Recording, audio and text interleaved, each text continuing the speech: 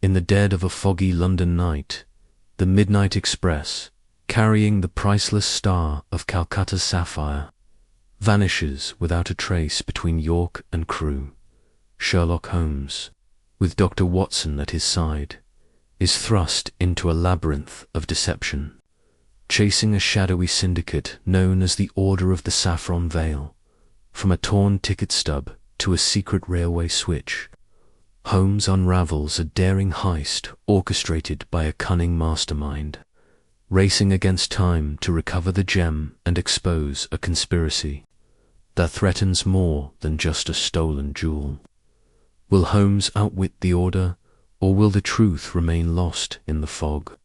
The game is afoot. Chapter 1. The Midnight Express vanishes. The fog hung low over London, a thick, yellowish shroud that clung to the cobblestones and blurred the gaslights into hazy orbs. It was the kind of night that seemed to whisper secrets, the kind that made even the boldest soul glance over their shoulder. Dr. John Watson, retired army surgeon and chronicler of the extraordinary, stood at the window of 2-1B Baker Street, peering into the gloom. The clock on the mantelpiece ticked toward 11, its steady rhythm a counterpoint to the restless energy that filled the room. Behind him, Sherlock Holmes sat in his armchair, his long fingers steepled beneath his chin, his eyes half closed, in that peculiar state of contemplation that Watson had come to recognize as the prelude to brilliance. The fire crackled in the grate, casting flickering shadows across the walls, which were cluttered with maps, newspaper clippings, and the odd chemical apparatus. A telegram lay open on the table, its edges curling slightly, as though it too were impatient for action. "Watson," Holmes said at last, his voice cutting through the silence like a blade, "you are fidgeting again. Pray, sit down or step away from the window. Your pacing is disrupting my thoughts." Watson turned, a wry smile tugging at his lips. "I'm not pacing, Holmes. I'm merely observing the weather." "Observing the weather," Holmes repeated, his tone dry as the Sahara. "You've been staring at that fog for a quarter of an hour, and I dare say you've noted nothing beyond its density. Come, what troubles you? Is it the lateness of the hour, or the prospect of another of Lestrade's wild goose chasers?" Watson sighed and settled into the chair opposite Holmes. "It's the telegram," he admitted, glancing at the slip of paper. Lestrade's message was unusually vague, even for him, a train vanishing. It sounds like something out of a penny dreadful. Holmes's lips twitched, the faintest hint of amusement. And yet, here we are, awaiting the good inspector's arrival. If Lestrade deems it worthy of my attention, there must be some kernel of intrigue buried beneath his usual incompetence. Now, pass me that telegram again." Watson obliged, handing over the crumpled paper. Holmes smoothed it out, his keen eyes scanning the brief message for perhaps the 10th time that evening. Holmes, urgent, midnight express, London to Edinburgh, vanished near Crewe. Valuable cargo, Scotland Yard baffled. Come at once, Lestrade. Vanished, Holmes murmured, as though savouring the word. A train does not simply vanish, Watson. It is a machine of iron and steam, bound to tracks, governed by schedules. For it to disappear suggests either gross negligence or deliberate design. I inclined toward the latter, before Watson could respond. The doorbell jangled below, followed by the familiar tread of Mrs. Hudson's footsteps and a muffled exchange. Moments later, Inspector Lestrade appeared in the doorway, his coat damp with fog and his face etched with the weary frustration of a man who had spent too long chasing shadows. "Holmes," Lestrade said, nodding curtly. "Dr. Watson, sorry to drag you out on a night like this. but we're in a proper mess. The midnight express gone, just like that.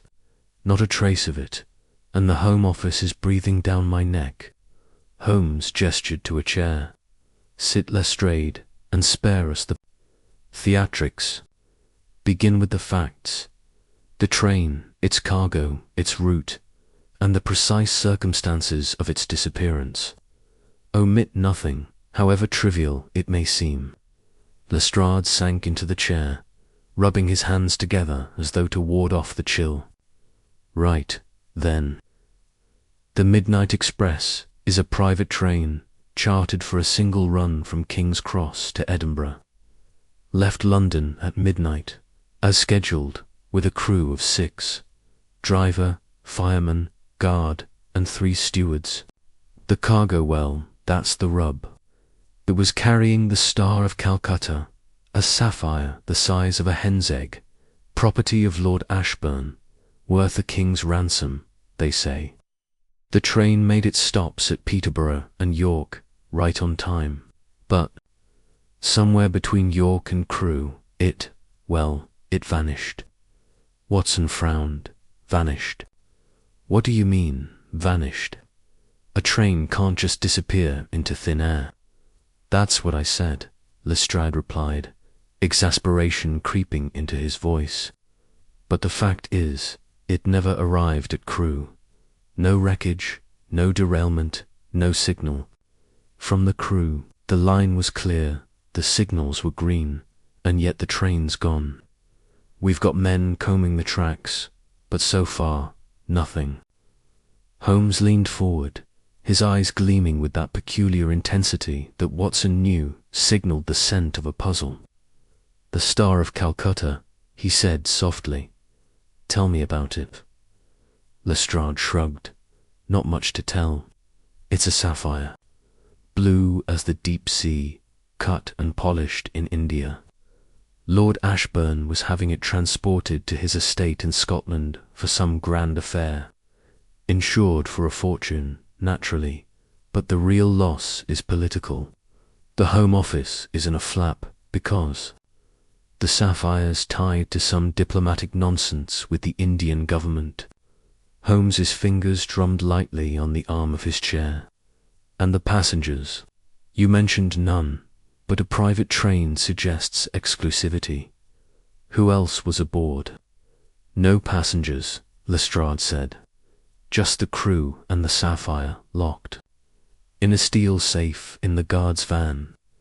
The safe's combination was known only to the guard and Lord Ashburn himself." "Curious," Holmes murmured. "A train with no passengers, carrying a single item of immense value, vanishes without a trace. Tell me, Lestrade, what of the crew? Have you their names and histories?" Lestrade produced a small notebook and flipped it open. Driver was Thomas Hargreaves, 20 years on the railway, clean record. Fireman, James Poole, younger but reliable. The guard, Henry Blake, was a veteran, trusted with high-value shipments before. The stewards William Carter, Edward Finch, and Mary Collinser, less known, but all were vetted by the railway company. No criminal records, no red flags. Holmes's eyes narrowed. And the last communication from the train. A telegraph from York confirming departure at 3:17 a.m. after that silence. The station master at Crewe expected them at 5:45 a.m., but they never showed. We've checked every siding, every branch line. Nothing. Holmes rose abruptly, his lean frame casting a long shadow across the room. "Watson, pack your bag. We leave for Crewe on the next train. Lestrade arranged for us to inspect the last known stop at York and the route beyond. I shall also require the railway's logs, signal records, and a map of the line, including all sidings and junctions." Lestrade blinked. "You think you'll find something we missed?" "I do not think, Lestrade," Holmes said, his voice sharp. "I observe and I deduce. A train does not vanish without leaving a trace, however faint. We shall find it. Watson, accustomed to Holmes's sudden bursts of energy, hurried to gather his things. Within the hour, they were aboard a northbound train, the clatter of wheels and the whistle of steam filling the night. Holmes sat by the window, his profile sharp against the glass, his mind already racing through possibilities that Watson could only guess at. That the journey to York was uneventful. The train cutting through the fog like a ship through a storm. Watson dozed fitfully, his mind troubled by the strangeness of the case. A train vanished. It seemed impossible, and yet Holmes's calm certainty was a tether in the uncertainty. By dawn, they arrived at York, where the station master, a wiry man named Perkins, awaited them. "Mr. Holmes, Dr. Watson," Perkins said, tipping his cap. "I don't know what you hope to find. The midnight express left here on time, all in order. I saw it off myself." Holmes's eyes swept the platform, taking in every detail. The scuffed planks, the rusted bolts, the faint smell of coal and oil. "Show me the exact spot where the train stood," he said. Perkins led them to a siding at the edge of the platform, where the tracks gleamed faintly in the morning light. Holmes knelt, his magnifying glass in hand, examining the ground with the intensity of a jeweler inspecting a gem. Watson watched, marveling at the precision of his friend's methods. To the untrained eye, the platform was unremarkable, but to Holmes, it was a canvas of clues. "Here," Holmes said suddenly, pointing to a patch of gravel beside the track. "Do you see it, Watson?"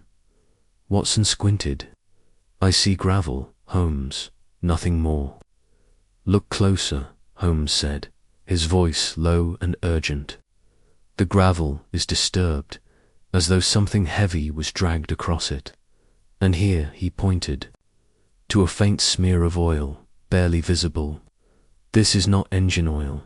It's thinner, more refined, possibly from a lantern or a mechanical device." Perkins frowned. "Could be from any number of things, Mr. Holmes. This is a busy station." "Perhaps," Holmes said, rising. "But I wager this mark was made within the last 12 hours. Tell me, Perkins, did you notice anyone unusual on the platform that night?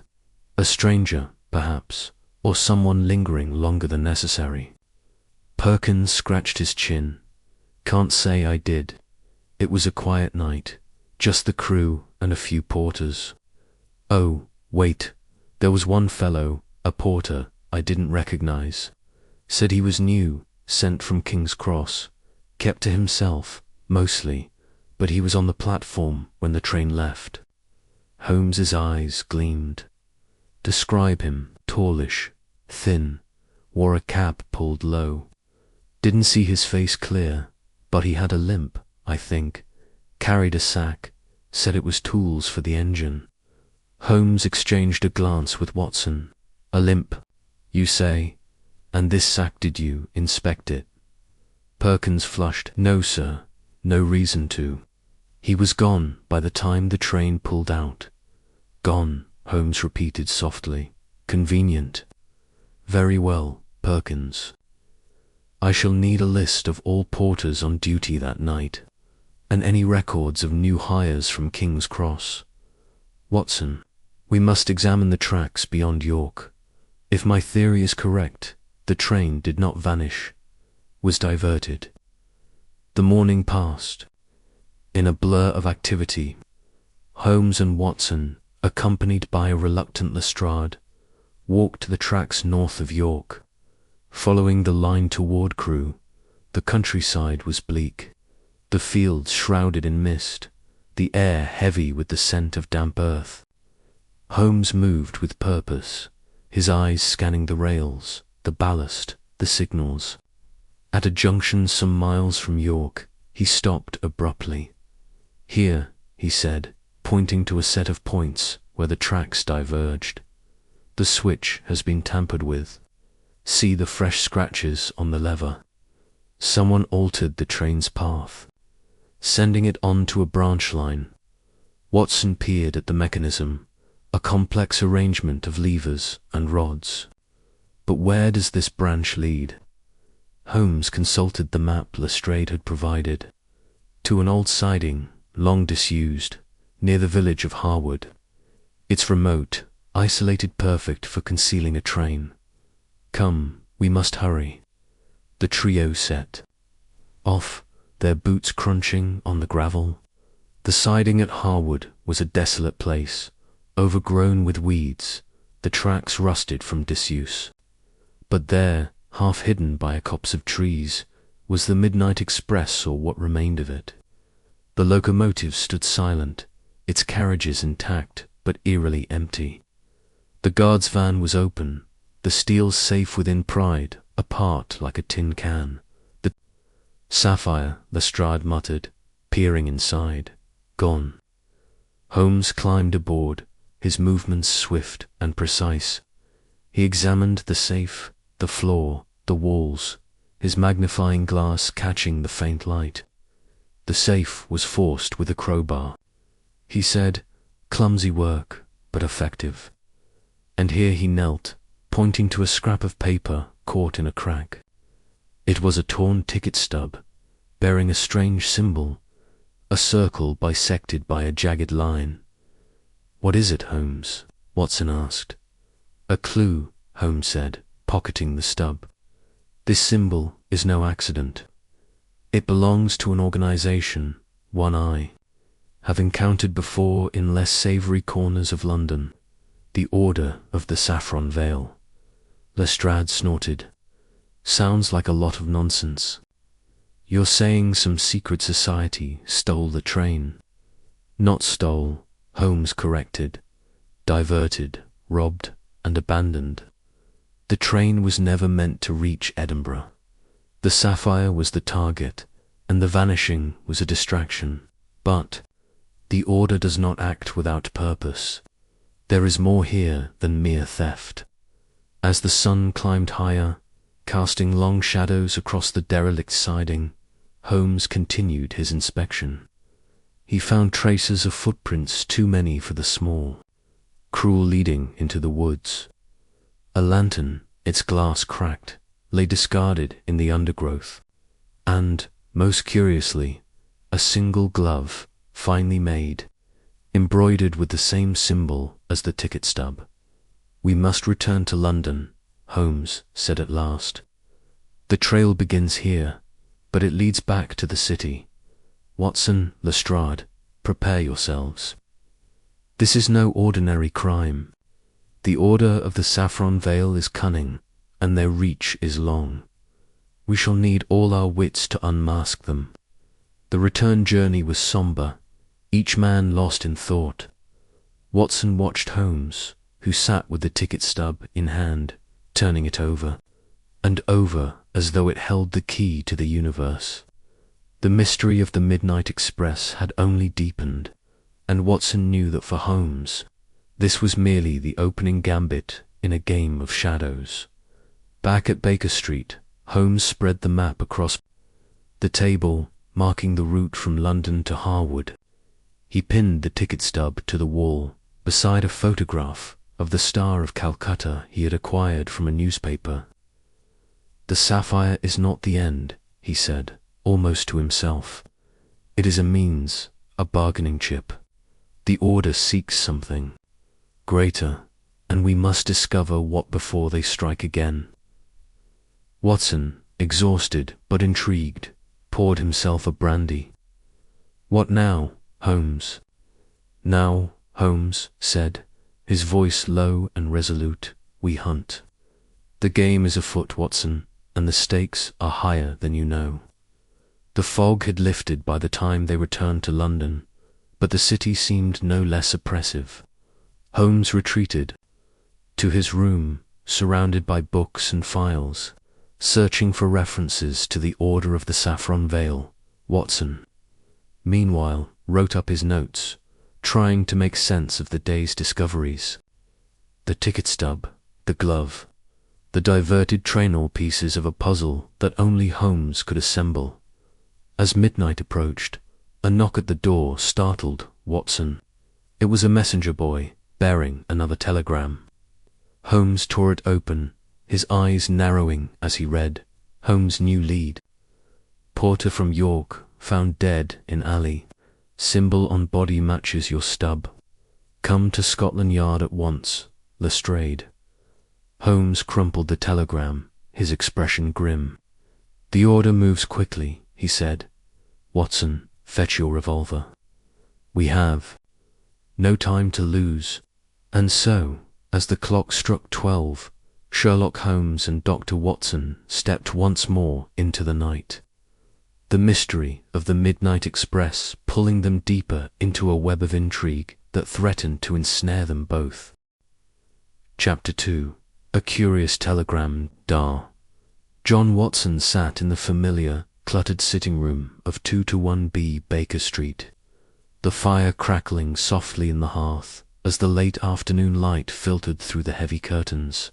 The air was thick with the scent of tobacco from Sherlock Holmes's pipe, which he puffed thoughtfully while pacing before the mantelpiece. Watson, seated in his armchair, glanced at the evening paper, its headlines screaming of the mysterious disappearance of the Midnight Express, a private train that had vanished en route from London to Edinburgh, carrying with it the priceless sapphire known as the Star of Calcutta. The story had gripped the city, and Watson, ever the chronicler of Holmes's exploits, felt the familiar stir of anticipation. A case of such magnitude could only draw his friend's insatiable curiosity. Holmes, however, seemed uncharacteristically restless.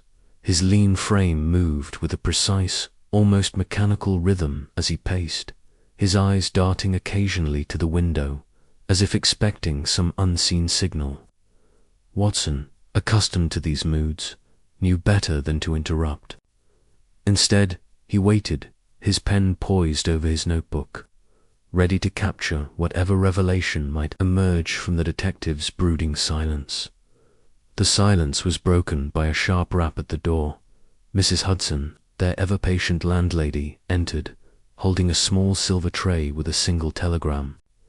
"This just arrived for you, Mr. Holmes," she said, her voice tinged with the weary resignation of one accustomed to the irregular hours of her tenants.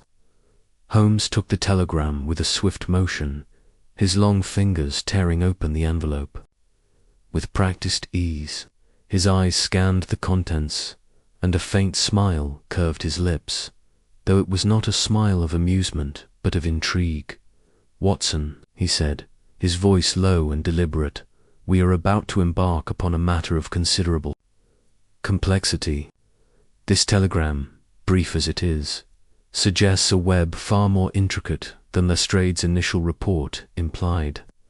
Watson set aside his paper, leaning forward. "What does it say?" Holmes handed him the slip of paper, and Watson read aloud, "The star shines, not where you seek. Look to the shadow behind the signal. A friend."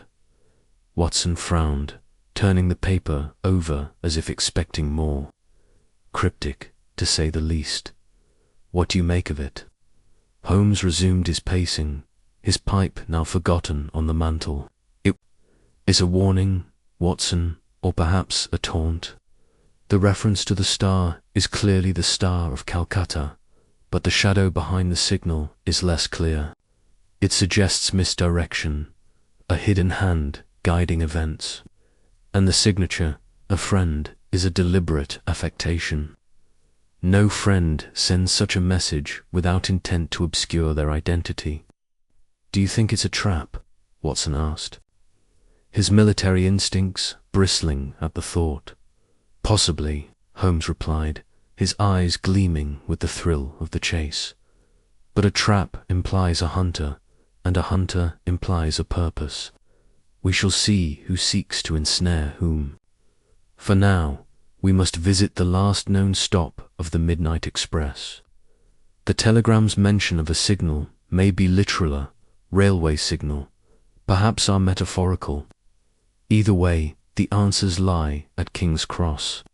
Watson nodded, already, reaching for his coat. Shall I fetch my revolver? Holmes's smile widened. Always prudent, my dear Watson. This case already smells of danger. The journey to King's Cross was a brisk one, the hansom cab rattling through the gaslit streets of London as the city settled into the evening. The station, when they arrived, was a hive of activity despite the late hour, with porters hauling luggage, passengers hurrying to their platforms, and the distant whistle of departing trains piercing the air. Holmes, however, ignored the bustle, his attention fixed on the platform where the midnight express had last been seen. Inspector Lestrade was waiting for them, his stocky figure unmistakable in his dark overcoat. His face, usually set in a scowl of professional skepticism, betrayed a hint of relief at Holmes's arrival. "Mr. Holmes, Dr. Watson," he greeted, tipping his hat. "I hope you've brought your magic tricks, because this case is a right puzzle. A whole train gone. No wreckage, no trace, and the sapphire with it. The railway company's in a panic, and the Home Office is breathing down my neck." "Calm yourself, Lestrade," Holmes said, his tone clipped, but not unkind. "Panic clouds the mind. Tell me precisely what occurred." Lestrade recounted the facts as known. The Midnight Express, a private train chartered by a consortium of jewel merchants to transport the Star of Calcutta, had departed King's Cross at 11:47 p.m. 2 nights prior. It was due to arrive in Edinburgh by morning, but never reached its destination. No signals of distress were received, and no reports of accidents or derailments had surfaced. The train, its crew, and its precious cargo had simply vanished. Holmes listened intently, his eyes scanning the platform as Lestrade spoke. "And the last confirmed sighting?" he asked. "A signalman at a junction just north of London reported seeing the train pass at 12:03 a.m., Lestrade replied. "After that, nothing. We've searched the tracks, the sidings, every station along the route. It's as if the blasted thing was swallowed by the earth." Holmes nodded, his gaze settling on a small pile of debris near the platform's edge.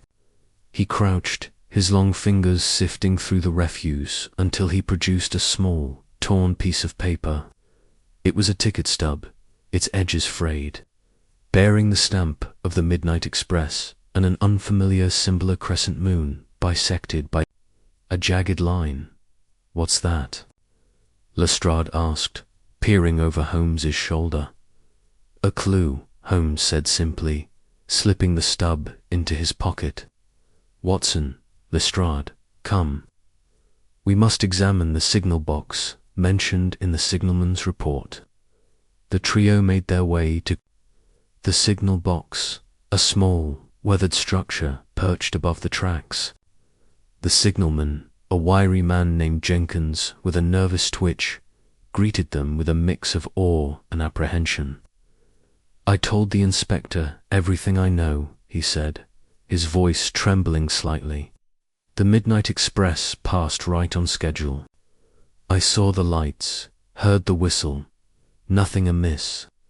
Holmes's eyes narrowed as he surveyed the cramped interior of the signal box, its levers and dials gleaming faintly in the lamplight. "Tell me, Jenkins, did you notice anything unusual that night? A stranger, perhaps, or an unexpected signal?" Jenkins hesitated, his fingers fidgeting with the brim of his cap. "Well, sir, there was one thing. Just before the train passed, I saw a man lingering near the tracks. Tall he was, with a dark coat and a hat pulled low. Didn't think much of it at the time, thought he was just a late passenger, but he didn't board, and I didn't see him leave. Holmes's expression remained impassive, but Watson could sense the quickening of his friend's mind. And the signal, Holmes pressed. Was it functioning correctly? "Aye, sir," Jenkins said. "Green all the way. No issues." Holmes nodded, stepping outside to examine the tracks below. The night was cool, the air heavy with the scent of coal and iron. He knelt, his lantern casting a soft glow over the gravel, and ran his fingers along the rail. "Watson," he called softly, "observe these marks." Watson joined him, squinting at the faint indentations in the ballast stones. "Wheel marks," he ventured. "Indeed," Holmes replied, "but not those of a train.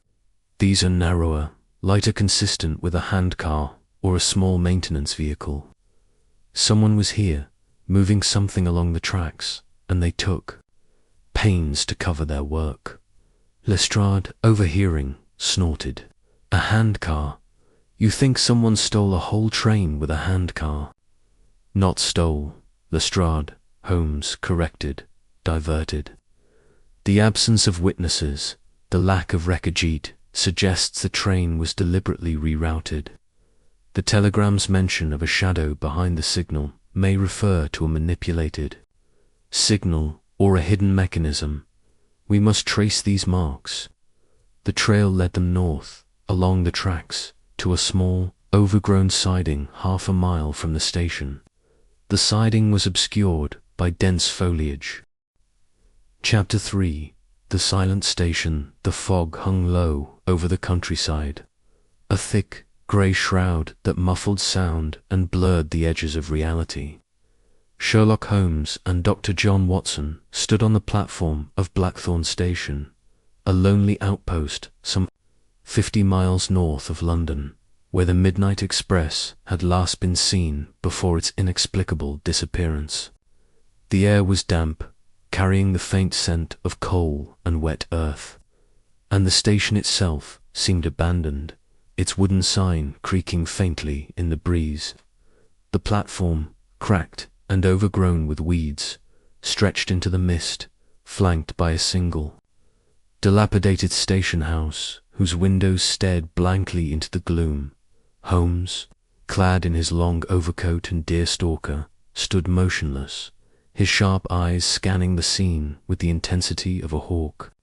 His gloved hands rested lightly on his walking stick, though Watson knew it was less for support than for the concealed blade within. Watson, bundled against the chill in a heavy scarf and coat, shifted his weight, his breath visible in the cold air. The silence was oppressive, broken only by the occasional drip of water from the station's eaves. "Not a soul in sight," Watson remarked, his voice low, as if reluctant to disturb the stillness. "It's as if the place has been forsaken." Holmes did not respond immediately. He crouched, his fingers brushing the edge of the platform where it met the tracks. "Forsaken, perhaps, but not untouched," he murmured. "Observe, Watson. The ground here is disturbed, though the weather has done its best to obscure it." He pointed to a patch of gravel where faint indentations suggested the passage of something heavy. Wheel marks, and not those of a standard cart. Too wide, too deep, a vehicle designed for a specific purpose, I wager. Watson squinted at the marks, barely discernible in the dim light. A vehicle, but the train vanished. Holmes. Surely no cart could carry an entire locomotive.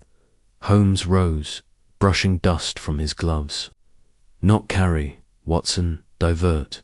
The train did not vanish into thin air. It was made to disappear, and the absence of witnesses here is as telling as any clue. He turned toward the station house, his stride purposeful. "Come, let us see what secrets this place holds." The station house was a study in neglect. Its door hung ajar, creaking as Holmes pushed it open. Inside, the air was stale, thick with the smell of mold and disuse. A single ticket counter stood against one wall, its surface coated in dust, and a cracked clock above it had stopped at precisely midnight. Papers littered the floor, yellowed and curling, and a single chair lay overturned in the corner. Watson's eyes darted about, half expecting some unseen figure to emerge from the shadows. Holmes moved with precision, his gaze sweeping the room before settling on the counter. He leaned over it, examining the dust with a magnifying glass he produced from his pocket. "Interesting," he said, almost to himself. "The dust here is uneven. A section has been disturbed recently, within the last day or two." Watson joined him, peering over his shoulder. "Someone was here after the train vanished." "Precisely." Holmes ran a finger along the counter, revealing a clear patch where something had been moved. He knelt, inspecting the floorboards. Beneath, with a deft movement, he pried one loose, revealing a small, hidden compartment. Inside lay a single object, a brass key, its surface etched with the same unfamiliar symbol they had found on the torn ticket stub. Watson's breath caught. The same symbol. "This can't be coincidence." "It is not," Holmes said, pocketing the key. "This symbol is a signature, Watson, a mark of intent. Whoever left this key meant for it to be found, but not by just anyone." He stood, his expression unreadable. "The question is, what does it unlock?" They stepped outside, where the fog had thickened, reducing visibility to a few yards. Holmes walked the length of the platform, his eyes fixed on the tracks. He paused at the edge, where the rails curved into the mist. "Here," he said, pointing to a section of track. "The ballast stones are displaced, and the rail itself is misaligned, ever so slightly. This was no accident. The track was tampered with." Watson frowned, trying to follow Holmes's logic. "Tampered with, to derail the train." "Not to derail," Holmes corrected. "To divert. A switch, cleverly concealed, could have sent the midnight express onto a secondary line, one not marked on any map. The absence of witnesses suggests the station was cleared. Deliberately, perhaps the staff were bribed or threatened." Watson glanced around, the eerie quiet pressing on him. "But where could a train go? There's nothing but fields and hills for miles." Holmes's eyes gleamed. "That, Watson, is what we must discover. A train does not vanish without a destination." He turned, striding toward the station's edge, where a narrow path led into the fog. "Follow me. We have tracks to trace." The path led them through a copse of gnarled trees, their branches clawing at the mist. Holmes moved with the certainty of a bloodhound, his attention fixed on the ground. Watson struggled to keep pace, his boots sinking into the damp earth.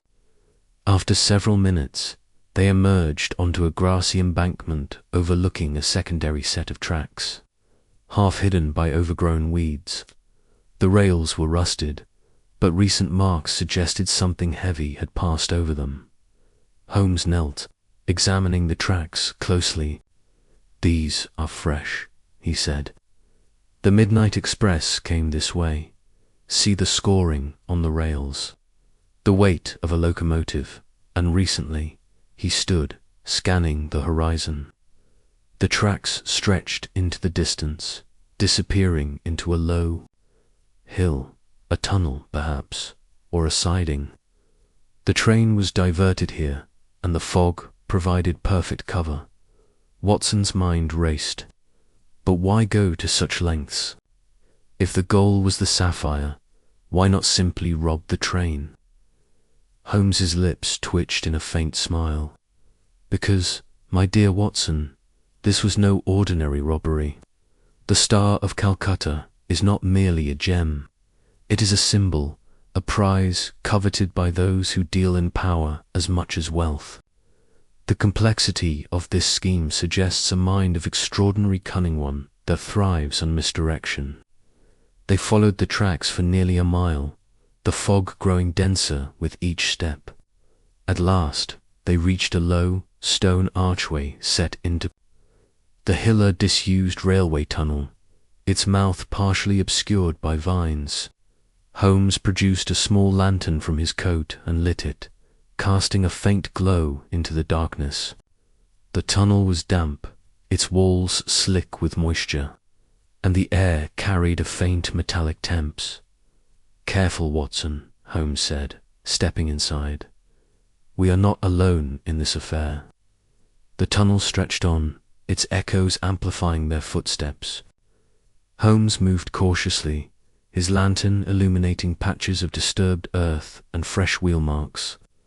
At one point, he paused, kneeling to examine a pile of debris. Among the dirt and stones lay a single cigarette butt, its tip stained with a faint trace of lipstick. "A woman," Watson said, surprised. "Or someone who wishes us to think so." Holmes nodded, pocketing the cigarette. "A clue, Watson, but one that raises more questions than it answers. The presence of lipstick does not guarantee a woman's involvement, but it does suggest a deliberate attempt to mislead. We are dealing with a mind that anticipates our moves."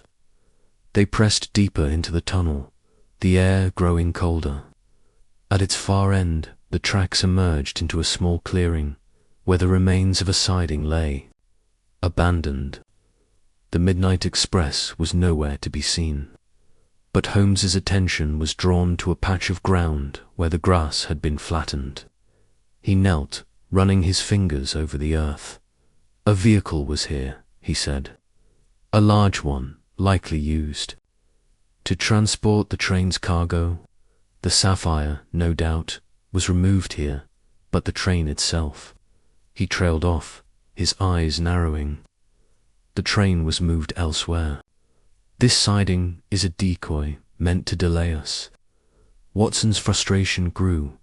"But how, Holmes? A train cannot simply vanish." Holmes stood, his expression resolute. "It can, Watson, if those behind it controlled the means of its disappearance. We are dealing with a syndicate, one with resources and influence. The key we found, the symbol, the diverted tracks all point to a meticulously planned operation. Our task now is to find where these tracks lead next." They retraced their steps through the tunnel, emerging into the fog once more.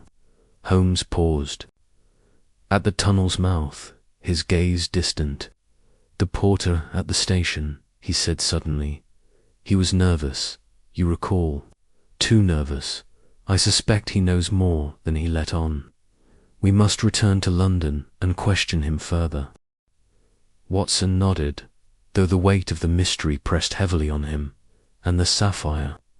Do you think it's still in the country?"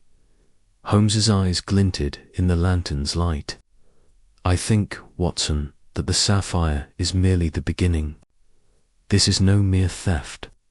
It is a challenge, a game set by a mind that rivals my own, and I intend to win it." The journey back to London was a silent one, the fog clinging to the train windows like a living thing. Watson watched Holmes, who sat, with the brass key in hand, turning it over and over, as if it held the answers to the enigma.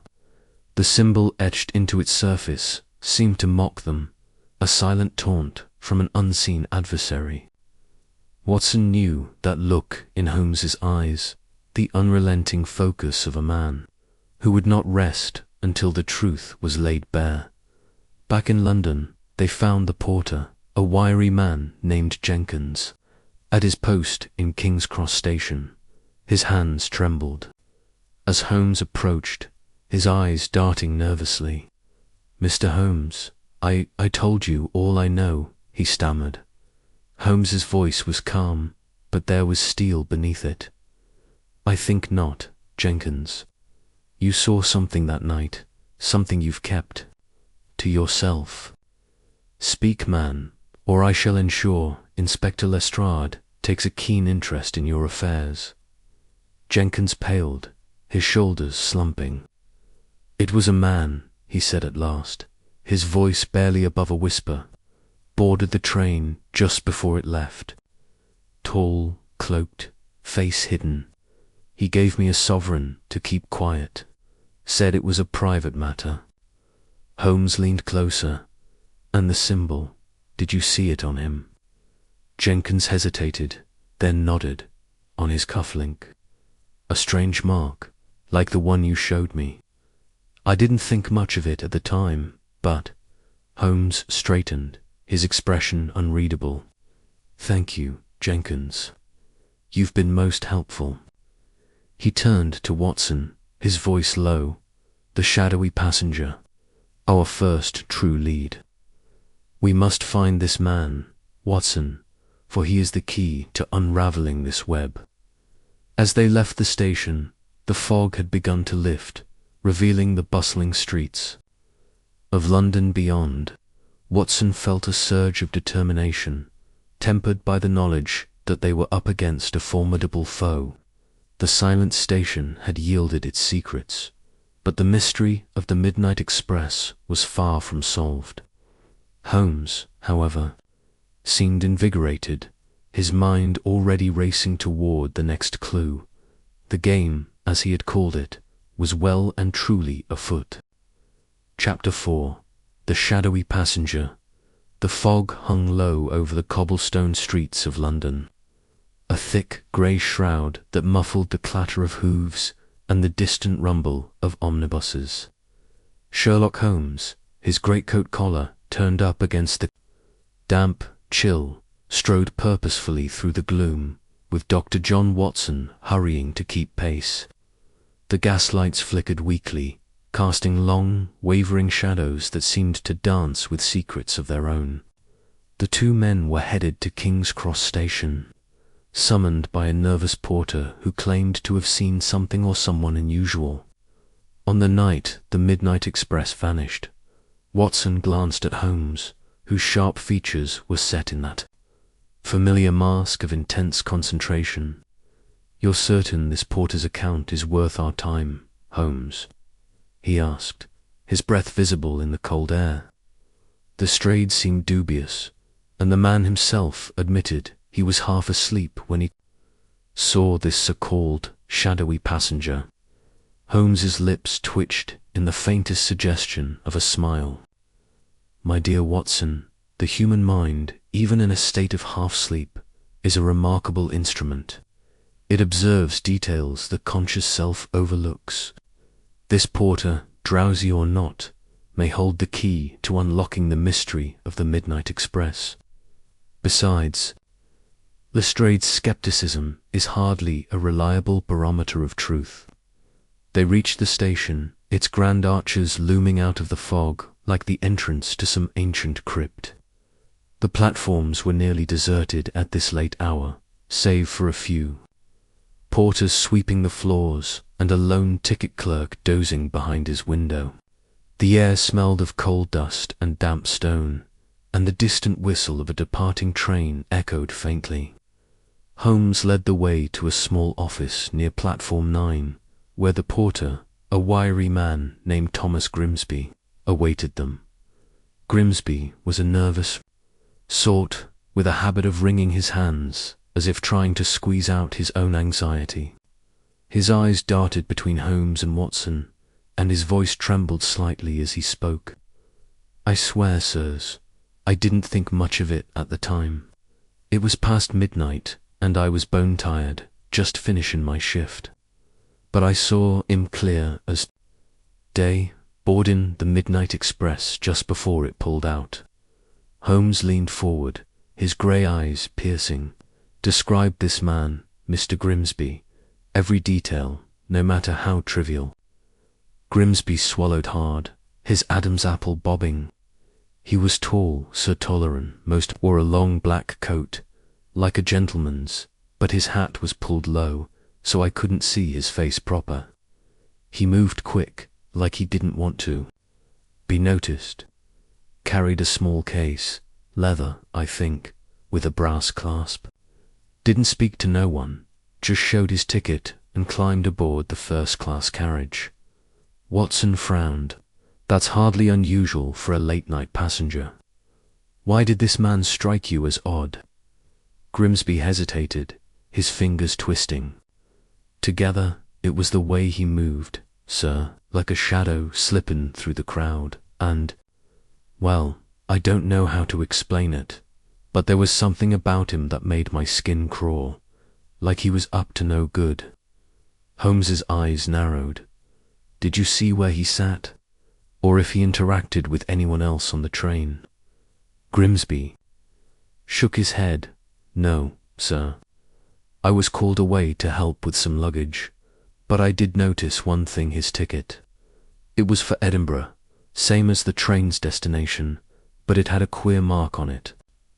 A little symbol, like a crescent moon with a dot in the middle. Never seen one like it before.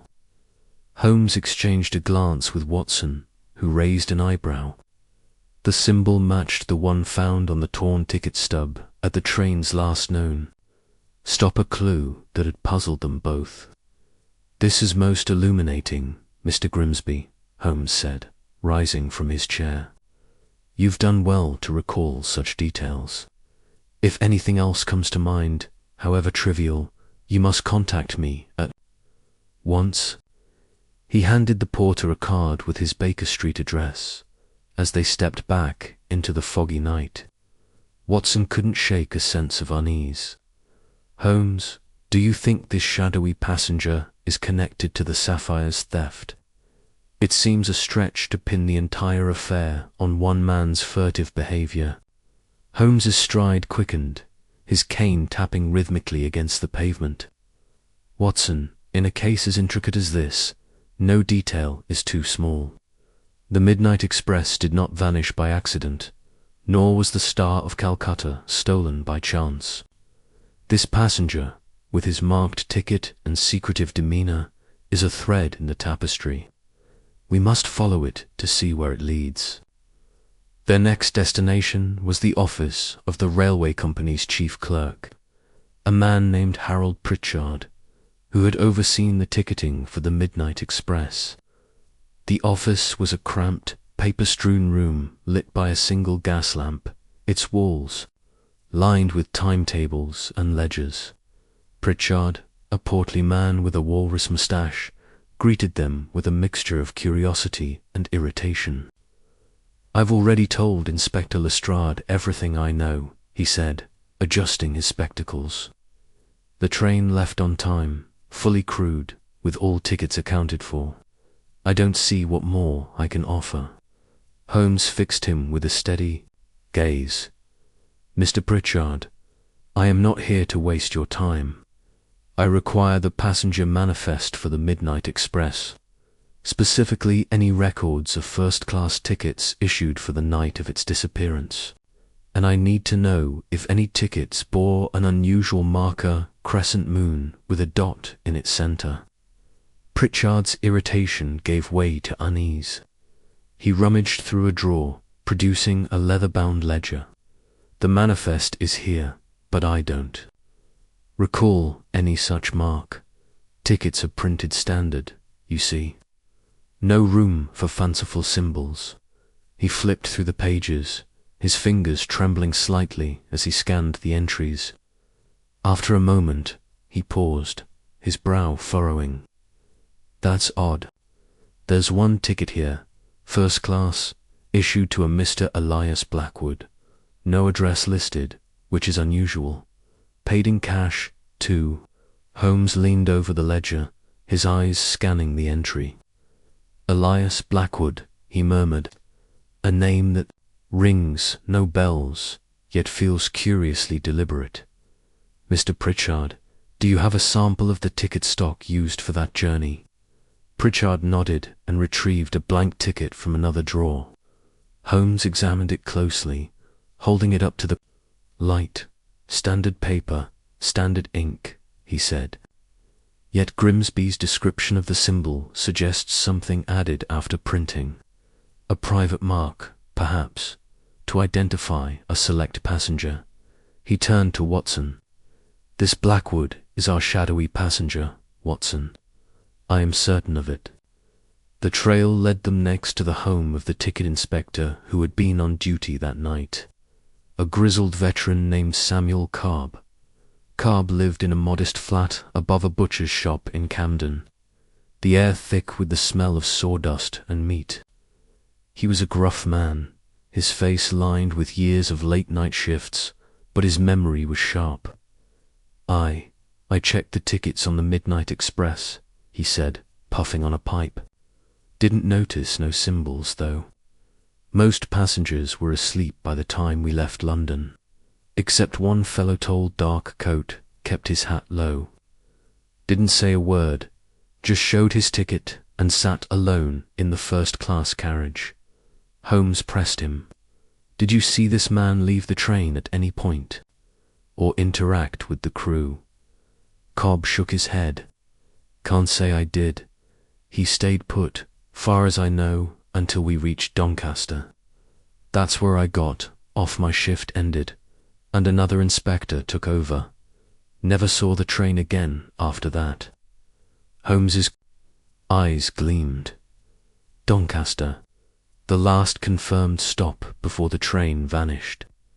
"Tell me, Mr. Cobb, was there anything unusual about the crew that night? Any new faces or behavior out of the ordinary?" Cobb thought for a moment, his pipe sending up curls of smoke. "Well, now you mention it, there was a new fireman on the engine. Young lad, named of Jenkins. Seemed nervous, kept to himself. But the driver, old Tom Hargreaves, vouched for him, so I didn't think much of it." Holmes thanked Cobb and Lead. Watson back into the street, where the fog had thickened, reducing visibility to a few yards. "Jenkins," Holmes said, his voice low. "A nervous fireman, a shadowy passenger, and a marked ticket. The pieces are beginning to align, Watson. This was no ordinary theft.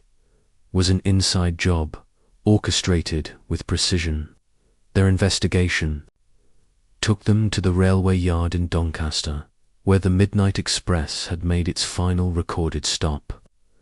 The yard was a sprawling maze of tracks and sidings, its air heavy with the smell of oil and coal.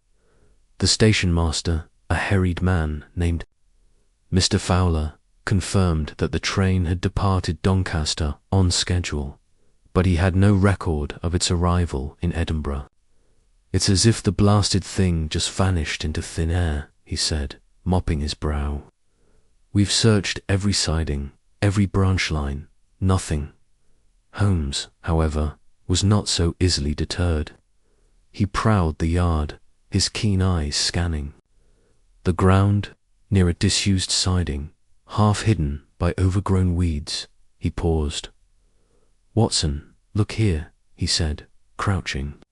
He pointed to a set of faint wheel marks, barely visible in the damp earth. "These are not the marks of a standard locomotive. They're narrower, lighter, consistent with a private engine, perhaps one used to divert the train." Watson stared at the marks, his mind racing. "You mean to say someone switched the train onto another track? But how could they do that without anyone noticing?" Holmes stood, brushing dirt from his hands. "A well-timed diversion, Watson. A signalman bribed or coerced. A switch thrown in the dead of night. The midnight express was not meant to reach Edinburgh. It was spirited away, sapphire and all." The trail grew warmer as Holmes and Watson interviewed the crew members who had worked the Doncaster leg of the journey. Most were tight-lipped, claiming to have seen nothing unusual, but the young fireman, Jenkins, proved elusive. His lodgings, a dingy room in a nearby boarding house, were empty, the landlady reporting that he had left abruptly the day after the train's disappearance. Didn't even collect his wages, she said, shaking her head. Just up and vanished, like he was running from something. Holmes's interest sharpened. Vanished, you say? Did he leave anything behind? The landlady hesitated, then produced a small bundle wrapped in oilcloth. Found this under his bed, she said. Didn't know what to make of it. Holmes unwrapped the bundle with care, revealing a small brass key and a scrap of paper with the same crescent moon symbol. The paper bore a single word, Calcutta. Watson's breath caught. The Star of Calcutta, he said. This Jenkins must be involved. Holmes pocketed the key in paper, his expression unreadable. Jenkins is a pawn, Watson not the mastermind. But he is a link to the shadowy passenger and to the syndicate behind this heist. We must find him. Their search for Jenkins led them to a seedy tavern in the heart of Doncaster, a place frequented by railway workers and less savoury types. The air was thick with tobacco, smoke, and the clamour of rough voices. Holmes, adopting the guise of a railway inspector, inquired discreetly about Jenkins. A barman, after a judicious application of coin, admitted that Jenkins had been seen the previous night, drinking heavily and muttering about getting out before they find me. Holmes's eyes gleamed with predatory intensity. He murmured. The syndicate, no doubt. Watson, we are closing in. The trail led to a narrow alley behind the tavern, where Jenkins was said to have been spotted. The fog was impenetrable here, the gaslights barely piercing the gloom. Holmes moved with the silent grace of a cat, his senses attuned to every sound. Suddenly, a figure darted from the shadows, colliding with Watson and knocking him to the ground. Holmes gave chase, his long legs eating up the distance. But the figure, presumably Jenkins, slipped into the fog and was gone. Watson, rubbing his bruised shoulder, joined Holmes in the alley. Blast it, Holmes, he got away. Holmes's face was grim. For now, Watson. But he has left us something. He held up a small object, glinting in the dim light. A cufflink, engraved with the crescent moon symbol. Our shadowy passenger is no ghost. He is real, and he is close. We will find him, Watson, and with him, the truth behind the Midnight Express. The night stretched on, the fog growing denser, but Holmes's resolve was unshakable. The shadowy passenger, the marked ticket, the nervous fireman, all were threads in a web that led to the Star of Calcutta and the syndicate that coveted it. As they returned to their lodgings, Watson couldn't help but feel a chill that had nothing to do with the cold. The game was afoot, and the stakes were higher than ever. Chapter 5. The Trail of the Sapphire. The fog hung low over Baker Street, curling like a living thing around the gas lamps, their feeble glow barely piercing the murk. Inside 2-1B, Sherlock Holmes sat cross-legged in his armchair, his eyes half closed, the stem of his pipe clenched between his teeth. A faint plume of smoke rose, mingling with the dim light filtering through the curtains. Across from him, Dr. John Watson leaned forward, his notebook open on his knee, pen poised, though he had not written a word in nearly an hour. The silence was not oppressive, but expectant, as if the room itself held its breath, waiting for Holmes to unravel the knot of the Midnight Express mystery. Holmes's fingers tapped a slow rhythm on the armrest, his mind clearly elsewhere. The sapphire, the Star of Calcutta, was the linchpin of the case, and its theft was no mere act of greed. The train's disappearance, the cryptic telegram, the silent station all pointed to a scheme of meticulous design, and the gem was at its heart. Watson watched his friend, knowing better than to interrupt. Holmes had been silent since their return from the deserted station, where the faint wheel marks and the absence of witnesses had only deepened the enigma. At last, Holmes stirred, setting his pipe on the table. "Watson," he said, his voice low but sharp, "the sapphire is not merely a prize. It is a key. Its theft was not the end, but the means to an end. We must trace its history, for therein lies the motive." Watson frowned, glancing at his notes. "The Star of Calcutta. I know it's valuable, priceless. They say, but what makes it a key? It's just a jewel, isn't it?" Holmes's lips twitched in a faint smile, though his eyes remained distant. "Just a jewel. Oh, Watson, you see but do not observe. The Star of Calcutta is no ordinary gem. Its size, its clarity, its deep indigo hues is not merely aesthetic qualities. They mark it as a symbol, a token of power in certain circles. Have you not wondered why a private train was commissioned? To transport it, rather than a bank vault or an armored coach." Watson hesitated, his pen tapping the page. "I assumed it was for secrecy. A train draws less attention than a guarded convoy." "Precisely," Holmes said, leaning forward now, his eyes glinting. "But secrecy for whom? Not the public, who knew nothing of the shipment. No, the secrecy was to protect the gem from those who already knew of its journey. We are dealing with a syndicate, Watson, one with eyes and ears in places we have yet to uncover." Watson set his notebook aside, his brow furrowing. "A syndicate? You mean an organized group, like Moriarty's network?"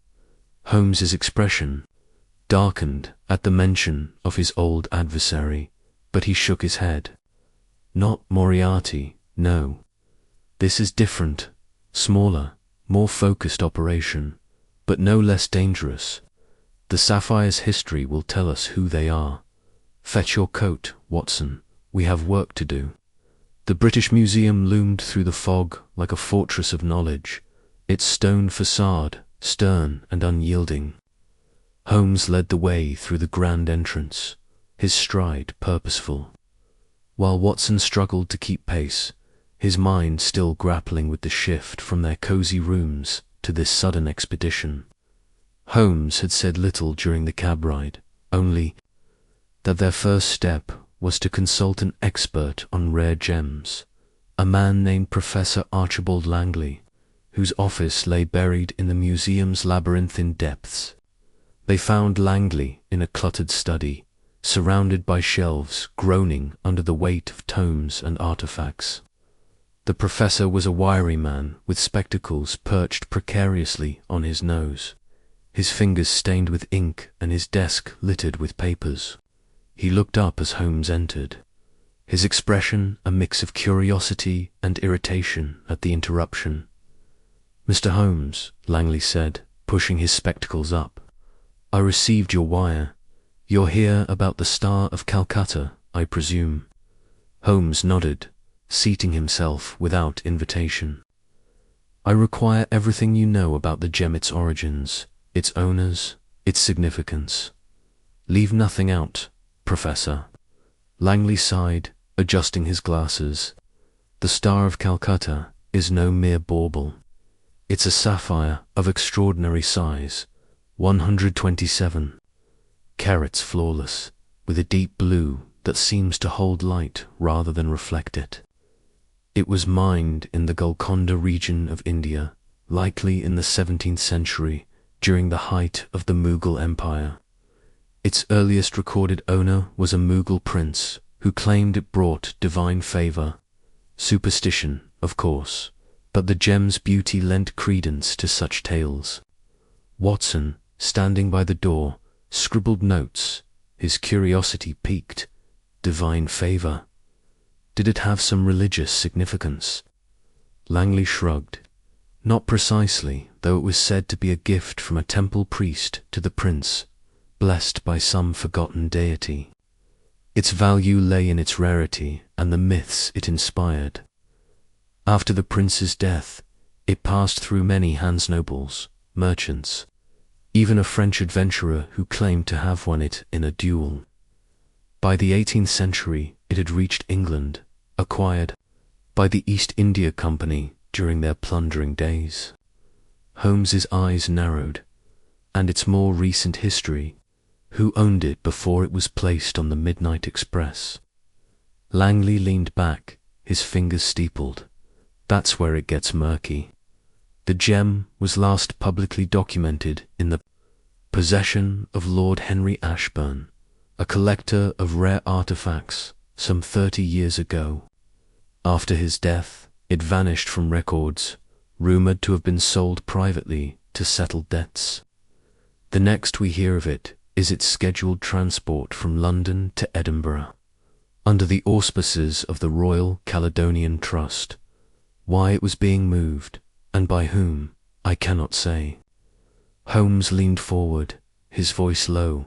Cannot or will not. Langley bristled. I am a scholar, Mr. Holmes, not a conspirator. I deal in facts, not rumors.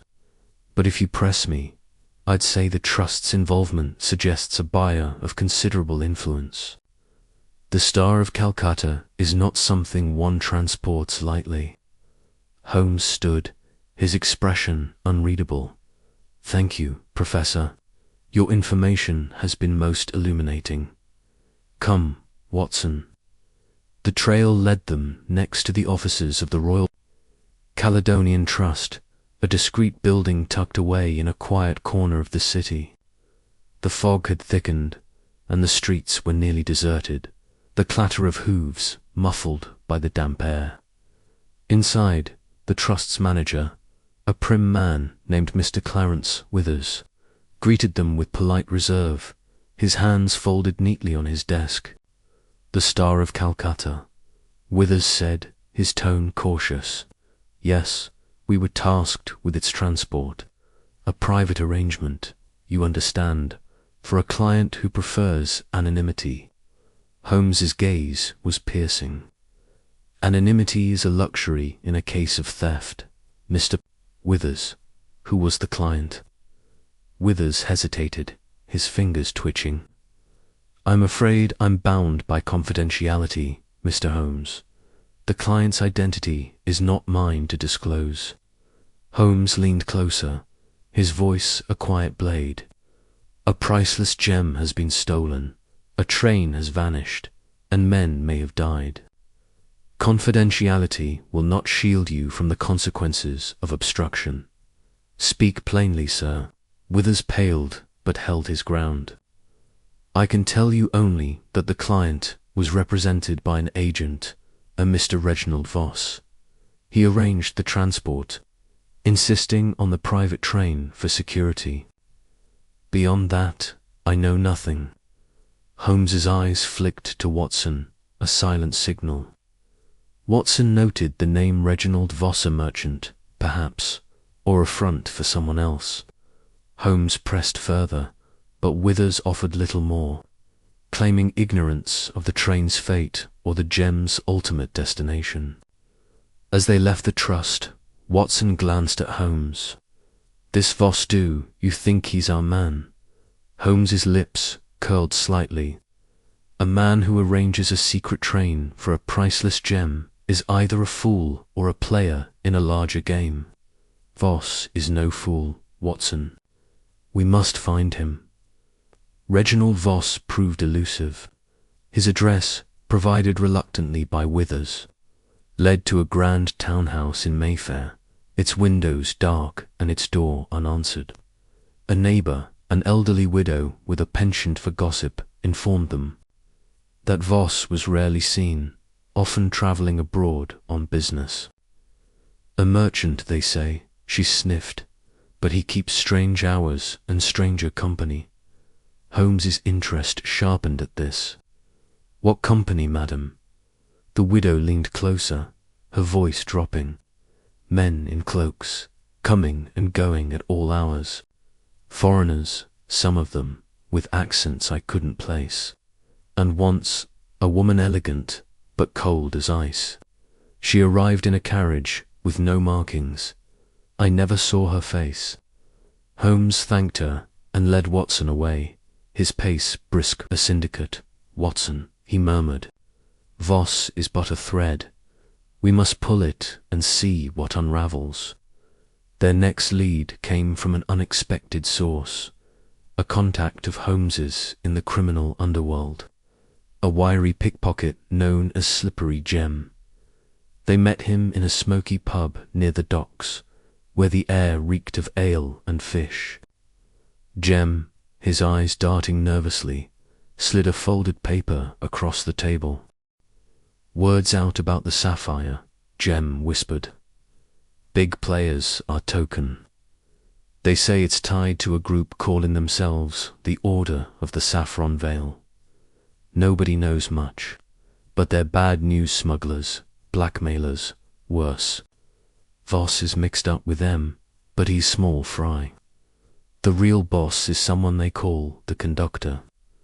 Holmes unfolded the paper, revealing a crude sketch of a symbol, crescent moon pierced by a dagger. It matched the mark on the torn ticket.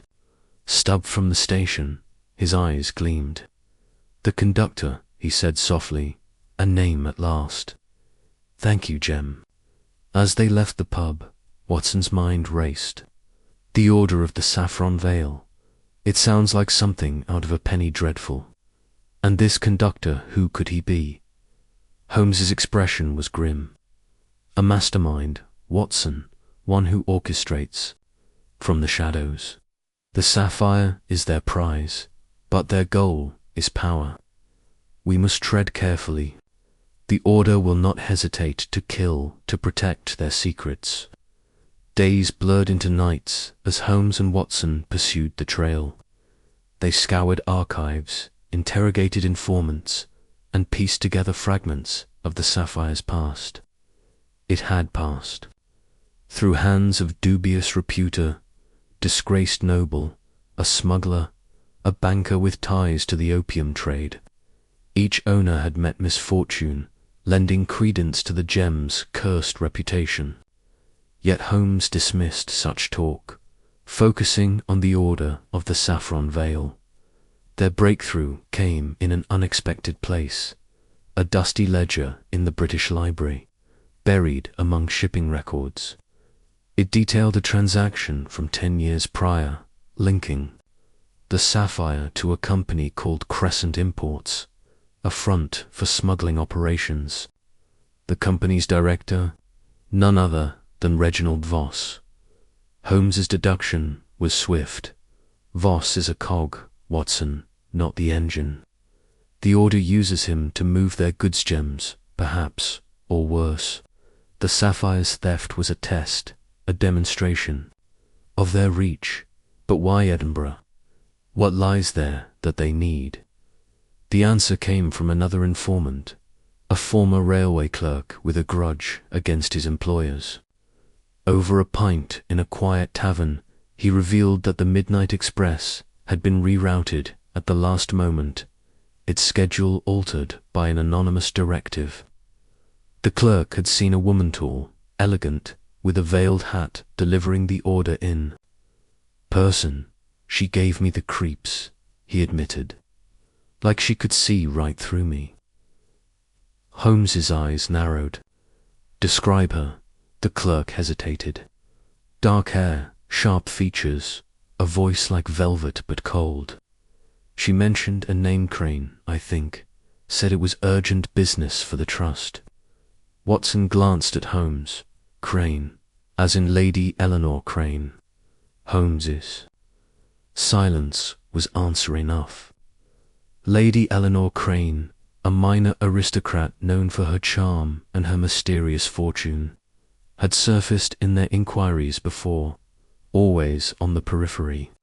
Now she was a name to pursue. The trail led them north, to Edinburgh, where the sapphire was meant to have arrived. The city was a maze of narrow closes and towering tenements, its castle looming like a sentinel. Holmes and Watson checked into a modest inn, posing as antiquarians researching Scottish gems. Their real purpose was to infiltrate the city's underbelly, where whispers of the order were growing louder.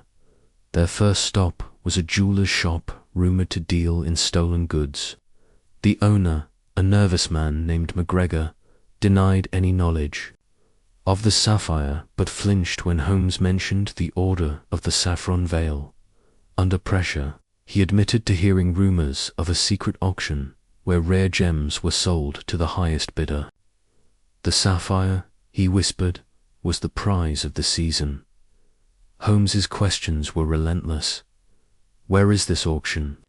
Who organizes it? McGregor shook his head, sweat beating on his brow.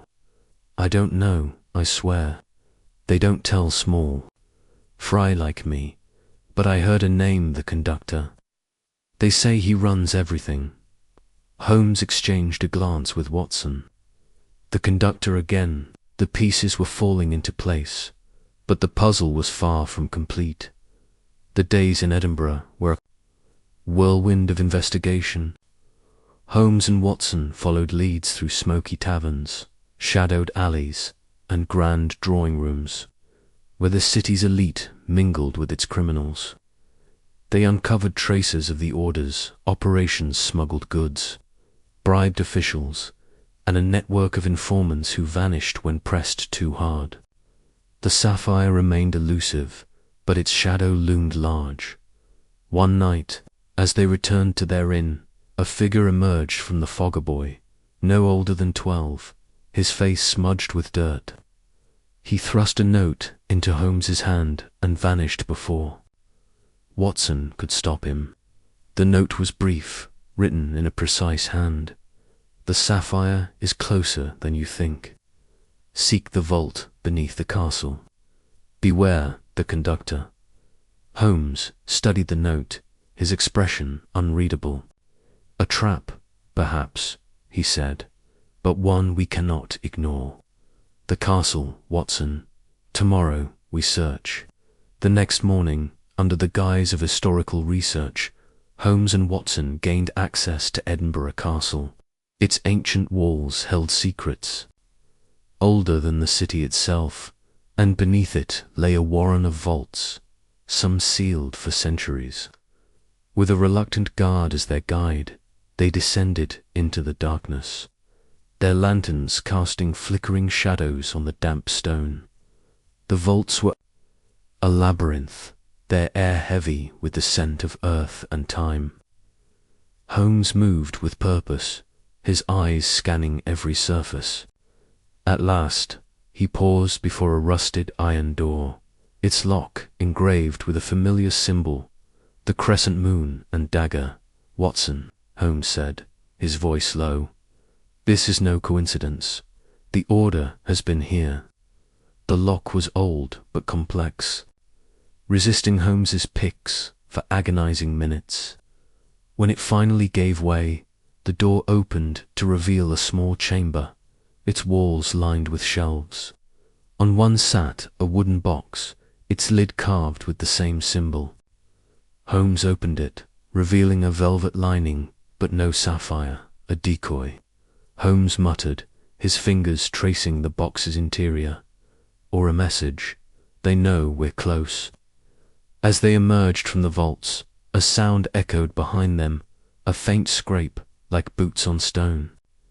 Watson's hand went to his revolver, but Holmes raised a hand, his eyes scanning the darkness. Not yet, Watson, he whispered. We are being watched.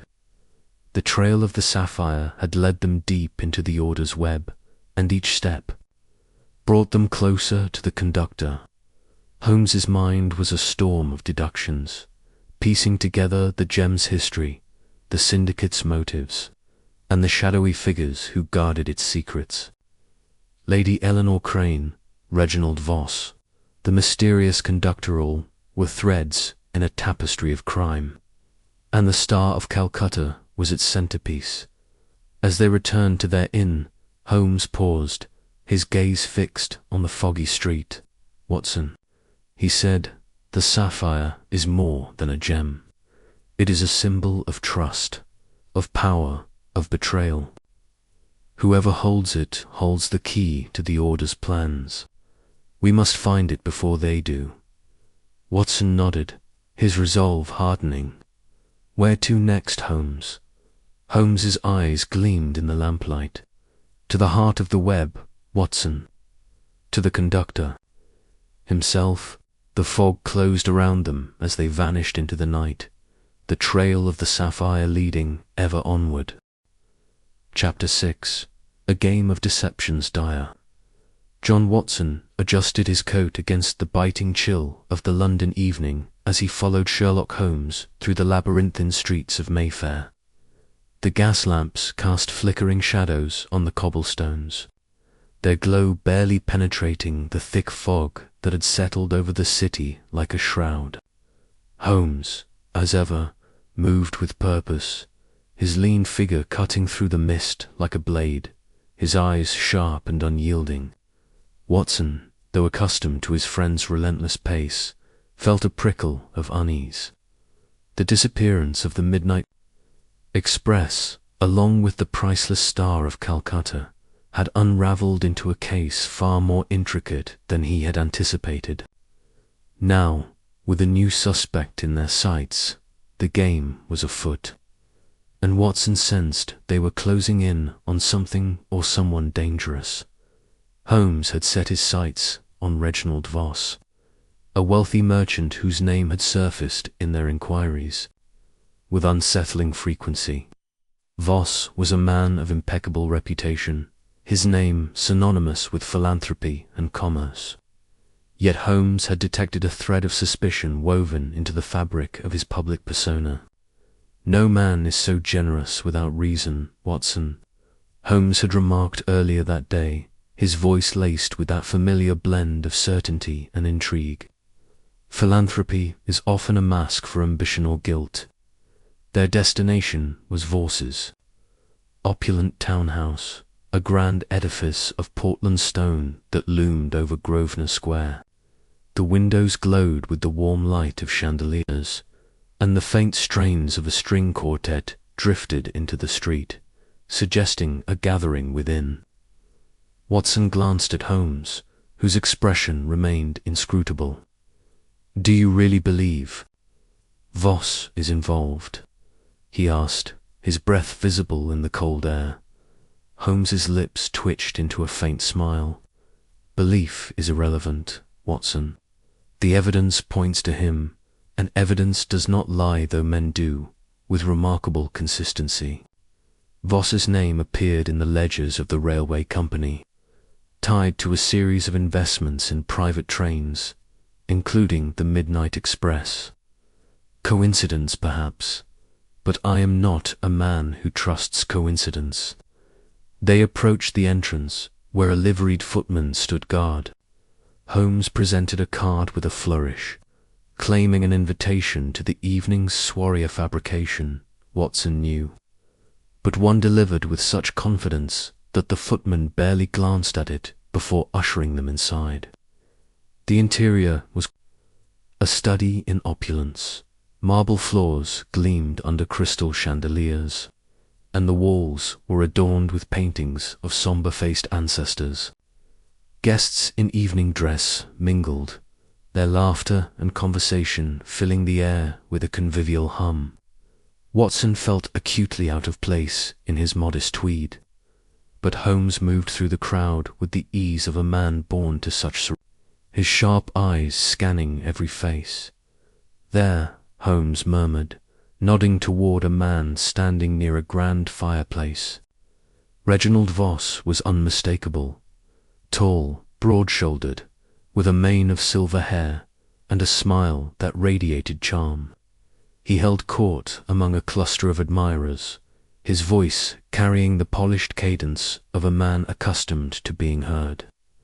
Yet there was something in his posture, a subtle tension that caught Watson's attention. The man was playing a part, and playing it well.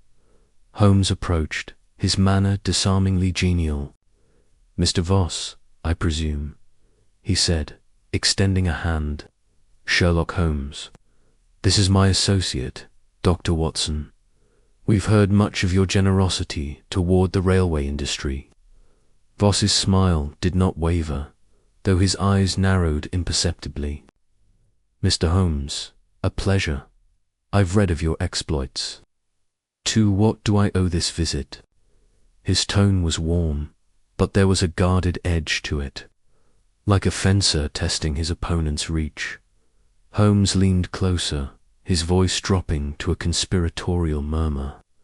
A matter of some delicacy concerning a certain train, the Midnight Express. I believe you're familiar with it. Voss's expression remained serene, but Watson noticed a slight tightening of his grip on his wineglass. The Midnight Express, Voss repeated, as if the name were a passing curiosity. A tragic loss, I hear. But I'm merely an investor, Mr. Holmes. My interests in the railway are broad, not specific. Surely you don't think I had a hand in its disappearance? Not at all, Holmes said smoothly. But your investments are substantial, and the Star of Calcutta was no ordinary cargo. A man of your influence might know something perhaps without realizing its significance. Voss chuckled, a rich, practiced sound. You flatter me, Mr. Holmes. I'm a merchant, not a detective. My days are spent balancing ledgers, not chasing thieves, but I'm happy to assist. What precisely do you wish to know? Holmes's eyes gleamed with the intensity of a predator circling its prey. Let us start with your whereabouts on the night of the disappearance. A formality, of course. Voss's smile tightened, but he answered without hesitation. I was here, hosting a dinner for the board of the Northern Railway Company. A dozen witnesses can confirm it, including Lord Ashford and Sir William Grey. We discussed expansion plans until well past midnight. Past midnight, Holmes echoed, as if savouring the phrase. A late evening, then. And no doubt a busy one, given your commitments. Tell me, Mr. Voss, do you often invest in ventures without inspecting their operations? The Midnight Express was a private train, yet its route and cargo were known to only a select few. Curious, don't you think, that it vanished so cleanly? Voss's composure held, but Watson sensed a flicker of unease in the man's posture, a slight shift in his weight. The railway business is complex, Mr. Holmes, Voss replied. I trust my managers to handle the details. If you're suggesting I'm involved in some nefarious plot, I must protest. My reputation is built on integrity. Indeed, Holmes said, his tone deceptively mild. And reputations are such fragile things, are they not? Built on trust, shattered by doubt. Thank you for your time, Mr. Voss. We shall not detain you further. As they turned to leave, Watson caught a glimpse of Voss's expression, a momentary crack in his polished facade, revealing something cold and calculating beneath. Holmes, too, had seen it, and as they stepped back into the fog-laden street, he murmured, airtight alibis are often the most suspicious, Watson. They are crafted, not lived. Back at 2-1B Baker Street, Holmes retreated to his armchair, lighting his pipe and filling the room with clouds of acrid smoke. Watson, nursing a brandy, watched his friend's mind at work, the rapid flicker of his eyes betraying the storm of thought beneath his calm exterior. What now, Holmes? Watson asked. Voss's alibi is solid. A dozen witnesses, including peers of the realm. Surely we can't accuse him without evidence. Holmes exhaled a plume of smoke, his gaze distant. Evidence, Watson, is not always a footprint or a bloodstain. Sometimes it lies in the absence of things, in the smoothness of a man's story, in the perfection of his defense. Voss is hiding something, and I intend to find out what. His investments in the railway are too precise, too convenient. And that symbol on the ticket stub we found it matches a crest associated with a certain syndicate, one I've encountered before. Watson frowned. A syndicate? You mean the same one tied to the sapphire's history? Precisely, Holmes said, leaning forward. The Star of Calcutta has changed hands many times, always under dubious circumstances. Its current owner, Lord Haverford, acquired it through a private auction, but the funds traced back to a shell company linked to Voss's enterprises. The connection is tenuous, but it exists. And then there's the matter of the porter's testimonia. Shadowy passenger boarding the train at the last moment. Voss may not have been on the train, but he could have orchestrated the heist from afar. Watson set down his glass, his mind racing to keep up. But how do we prove it? If Voss is as clever as you suspect, he won't leave a trail. Holmes's smile was grim. He already has, Watson. The torn ticket stub, the wheel marks at the silent station, the absence of witnesses, all threads in a tapestry of deception. Our task is to unravel it. Tomorrow we visit the offices of the Northern Railway Company. Voss's investments will have left a paper trail, and I suspect we'll find more than ledgers there. The following morning, under a sky heavy with rain, Holmes and Watson arrived at the railway company's headquarters, a dear building of red brick near King's Cross. The air inside smelled of ink and dust, and the clerks bustled about with the harried efficiency of men under pressure. Holmes, armed with a letter of authority from Inspector Lestrade, demanded access to the company's financial records. The manager, a nervous man named Perkins, hesitated but complied, leading them to a cramped office stacked with ledgers. Holmes pored over the documents with the intensity of a scholar deciphering an ancient text.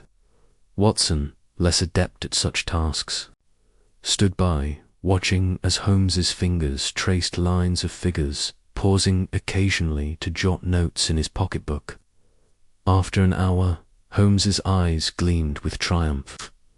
"Here, Watson," he said, pointing to a series of entries. "Voss's investments are not merely substantial, they are strategic.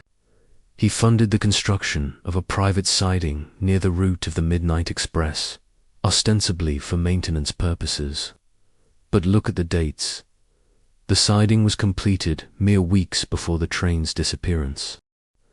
Watson leaned over, squinting at the cramped handwriting. "A siding? You think that's where the train was diverted?" "It's more than a theory," Holmes replied. "The wheel marks we found at the silent station were too faint for a train of that size, suggesting it was rerouted before reaching its destination. A private siding, hidden from public view, would be the perfect place to conceal a train and its cargo." Their investigation was interrupted by a commotion outside the office. A clerk burst in, his face pale. "Mr. Holmes, Dr. Watson, you must come quickly. There's been an incident at the siding you mentioned." Holmes and Watson followed the clerk to a hansom cab, which rattled through the rain-soaked streets to a remote stretch of railway track on the outskirts of London.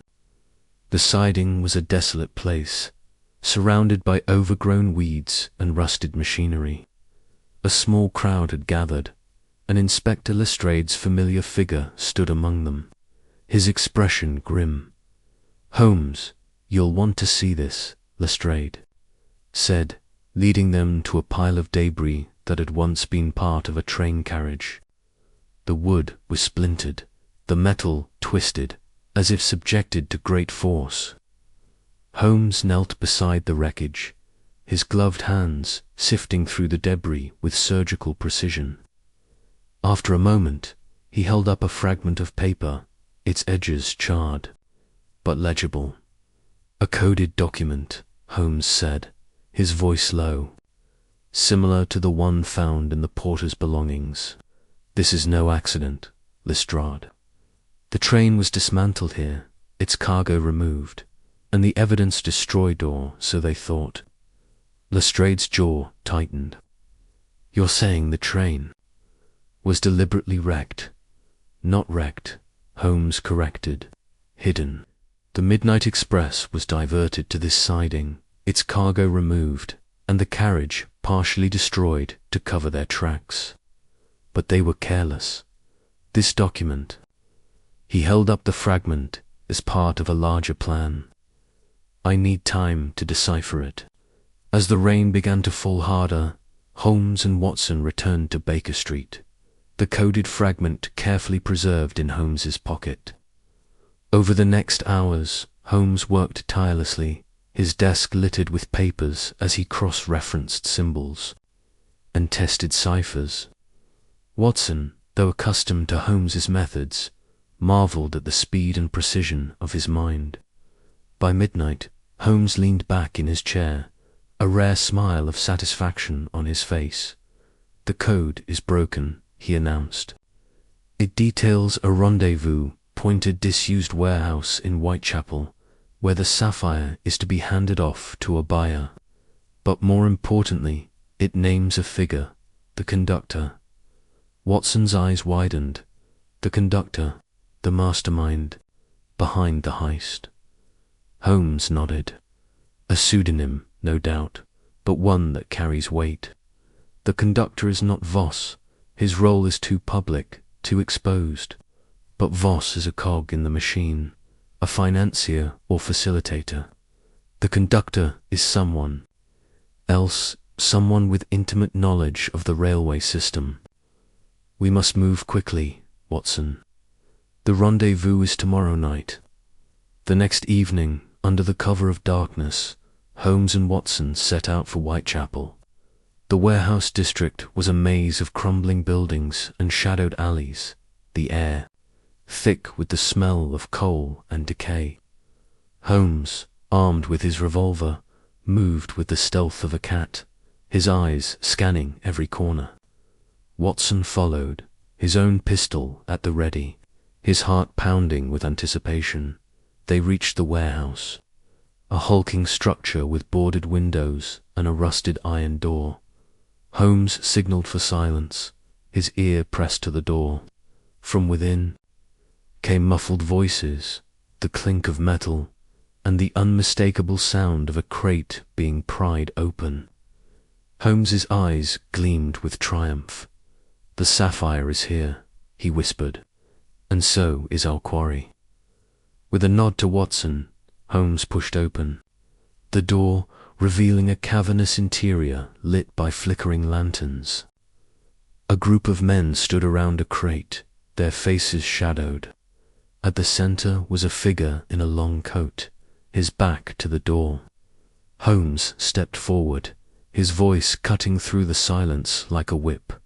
"Good evening, gentlemen," he said. "I believe you have something that doesn't belong to you." The men spun around, their hands reaching for weapons, but Holmes's revolver was already trained on them. "I wouldn't," he warned, his voice calm but deadly. The figure in the coat turned slowly, revealing a face Watson did not recognize, a man of middle age, with sharp features and cold, calculating eyes. "You're a persistent man, Mr. Holmes," the man said, his voice smooth and unhurried. "But you're too late. The sapphire is already spoken for." Holmes's smile was razor-sharp. "We shall see about that, Mr. Raw, shall I say, conductor." The man's eyes flickered with surprise, but he recovered quickly. "A clever guess," he said, "but guesses won't save you." He snapped his fingers, and the men around him lunged forward. What followed was chaos. Watson fired his pistol, the shot echoing in the cavernous space as one of the men fell, clutching his leg. Holmes moved with lightning speed, disarming another. With a swift blow from his cane, the conductor darted toward a side exit, But Holmes was faster, tackling him to the ground. The crate containing the sapphire tipped over in the struggle, spilling its contents across the floor. Cascade of blue fire that gleamed in the lantern light dot. As Watson subdued the remaining men, Holmes bound the conductor's hands, his expression one of grim satisfaction. "Your game is over," he said. "The sapphire returns to its rightful owner, and you, sir, will face justice." By dawn, the warehouse was swarming with police, summoned by a breathless messenger sent by Watson. The sapphire was secured, the conductor revealed to be a disgraced railway engineer named Alistair Morrow was in custody, and the syndicate's operations were unraveling. Back at Baker Street, Holmes sat by the fire, his pipe in hand, as Watson recounted the night's events in his notebook. "You suspected Voss from the start, didn't you?" Watson said, looking up from his writing. Holmes chuckled. "Voss was a piece of the puzzle, Watson, but not the whole picture. His alibi was too perfect, his wealth too convenient. He funded the operation, but the conductor was the true architect. The coded documents, the hidden siding, the diverted trainal, bore the mark of a mind obsessed with precision. Morrow was that mind." Watson shook his head, marveling. "And the sapphire? How did you know it was in the warehouse?" Holmes tapped his temple. "Deduction, my dear Watson. The coded fragment pointed to Whitechapel, and the warehouse was the only logical place for a handover of such value. The syndicate's arrogance was their undoing. They assumed no one would find them." Watson closed his notebook, a smile tugging at his lips. "You never cease to amaze, Holmes." Holmes's eyes twinkled with amusement. "And you, Watson, never cease to doubt. Now, pass me that brandy. We've earned a moment's rest." As the fire crackled and the first light of dawn crept through the curtains, Watson felt a familiar sense of awe at his friend's brilliance. The midnight express had been found, the sapphire recovered, and the truth laid bare. But even as they celebrated their victory, Watson knew that somewhere in the shadows of London, another mystery was waiting for Sherlock Holmes. Chapter 7. The Hidden Compartment, Dr. John Watson sat in the dimly lit compartment of a late-night train, the rhythmic clatter of wheels against tracks lulling his senses into a state of uneasy calm. Beside him, Sherlock Holmes leaned forward, his sharp eyes glinting in the faint glow of the gas lamp overhead. The detective's fingers tapped an irregular rhythm on the armrest, a sign of his restless mind at work. They were en route to a remote railway siding near the Scottish border, where the wreckage of the midnight express had been discovered just hours ago. The train, which had vanished without a trace while carrying the priceless star of Calcutta sapphire, was now the centerpiece of a mystery that had gripped London and baffled Scotland Yard. "Watson," Holmes said abruptly, breaking the silence, "what strikes you as the most peculiar aspect of this affair?" Watson shifted in his seat, adjusting his coat against the chill seeping through the window. "Well, Holmes, the sheer audacity of it. A train doesn't simply vanish especially. One carrying a gem as valuable as the Star of Calcutta. There must have been a small army involved to pull it off without witnesses." Holmes's lips twitched into a faint smile. "A small army, you say, or perhaps a single mind, precise and cunning, orchestrating a symphony of misdirection. The absence of witnesses is not a coincidence, Watson. It is the hallmark of a plan executed with surgical precision." Their journey had begun that morning when Inspector Lestrade, his face etched with frustration, had arrived at 221B Baker Street with news of the wreckage. The midnight express, last seen departing King's Cross at midnight, had been found abandoned in a forgotten siding, its cargo gone and its crew missing. The sapphire, a fist-sized gem of unparalleled clarity, was the prize of a wealthy Calcutta merchant who had entrusted it to the railway for secure transport to Edinburgh.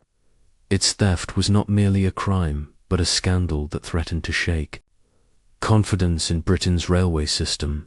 Holmes had wasted no time. After a brief examination of Lestrade's reports, he had declared they must see the wreckage themselves. "The truth, Watson, lies in the details," he had said, his voice tinged with that familiar eagerness that preceded a breakthrough. Now, as their train rattled through the darkened countryside, Watson could sense the gears of Holmes's mind turning, piecing together fragments of evidence only he could see. The siding was a desolate place, tucked away in a narrow valley where the air hung heavy with mist. The wrecked train loomed like a ghost in the moonlight, its once gleaming carriages now twisted and scarred. Lestrade was already there, his lantern casting long shadows as he barked orders to a handful of constables combing the area for clues. The inspector's face brightened at the sight of Holmes, though his expression carried the weariness of a man who knew he was out of his depth. "Holmes, thank God you're here," Lestrade said, striding forward. "This is a devil of a mess. No crew, no passengers, no sapphire, just this wreck, and not a soul saw how it got here." Holmes barely acknowledged the greeting, his attention fixed on the train. He moved with the precision of a predator, circling the wreckage, his eyes darting from the tracks to the carriages to the surrounding ground. Watson followed, notebook in hand, ready to record whatever deductions Holmes might share. The train's engine was cold, its boiler long extinguished. The carriages, though battered, showed no signs of a violent derailment. Holmes knelt beside the tracks, his fingers brushing over the gravel. "Curious," he murmured. "The wheel marks are faint, Watson, and there's no disturbance in the ballast to suggest a high-speed crash. This train was moved here deliberately, likely at a crawl." Watson frowned, peering at the tracks. To his untrained eye, they looked unremarkable. Moved here, but why abandon it in such a remote place? Holmes stood, brushing dirt from his hands. To buy time, the thieves needed the world to believe the train had vanished entirely. By hiding it here, they delayed discovery until they could secure their prize and cover their tracks. Lestrade, overhearing, scoffed, "Secure their prize? The sapphire's gone, Holmes. We've searched every inch of this wreck." Holmes's eyes gleamed with a spark of amusement. "Have you, Lestrade? Then let us search again. The truth is often hidden in plain sight." They began with the passenger carriages, Holmes examining every seat, every panel, every seam. The interiors were eerily intact, as if the passengers had simply stepped off into the night. Watson noted the absence of luggage, personal effects, or even signs of a struggle. It was as if the train had been stripped of its human presence with surgical efficiency in the third carriage. Holmes paused, his attention drawn to a panel above the window. He ran his fingers along its edge, then produced a small tool from his pocket, a thin blade that gleamed in the lantern light. With a deft motion, he pried the panel loose, revealing a narrow compartment behind it. Inside was a bundle of papers, yellowed and creased, secured with a leather strap. "Good Lord, Holmes," Watson exclaimed. "How did you know?" Holmes's expression remained impassive as he extracted the bundle. "The panel was slightly misaligned, Watson. A hair's breadth, but enough to catch the eye of one who looks for such things. This compartment was designed to be overlooked." Lestrade crowded closer, his lantern illuminating the papers. What are they? Bills of lading. Passenger manifests. Holmes untied the strap and unfolded the topmost sheet. His eyes scanned the text, and a slow smile spread across his face. Not quite, Lestrade. These are coded documents, instructions, plans, perhaps even a map. The work of a meticulous mind. Watson peered over Holmes's shoulder. The papers were covered in a jumble of letters and symbols, interspersed with diagrams that resembled railway schematics. Coded? He asked. By whom? Holmes's smile faded, replaced by a look of intense focus. That, Watson, is the question. These documents suggest a conspiracy far larger than a simple theft. The sapphire was not the only target. This was a test, a demonstration of power. They returned to the siding's small station house, where Holmes spread the documents across a dusty table. Lestrade and his men watched as the detective worked, his fingers tracing lines of code, his lips moving silently as he tested theories. Watson, accustomed to Holmes's methods, knew better than to interrupt. Instead, he lit a pipe and settled into a chair, watching the master at work. Hours passed, the silence broken only by the occasional rustle of paper or the creak of the station house's timbers.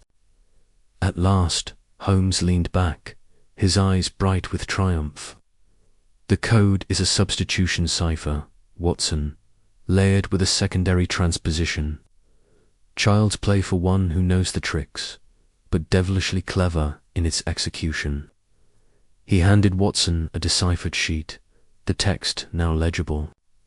It detailed a plan to divert the midnight express using a hidden railway switch, rerouting it to the siding where it now lay.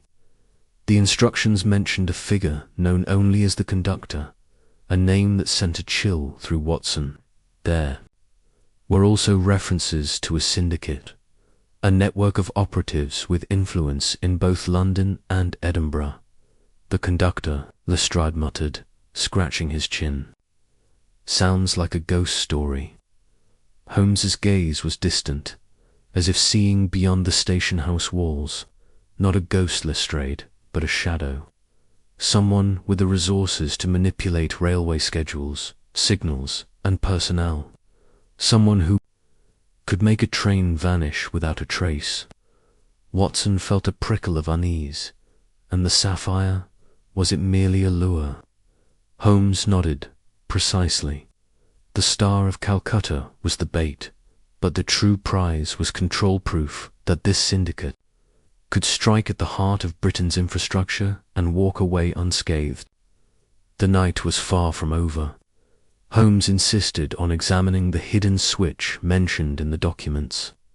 With Lestrade's men in tow, they ventured into the misty valley, following the tracks to a point where they diverged into a concealed spur.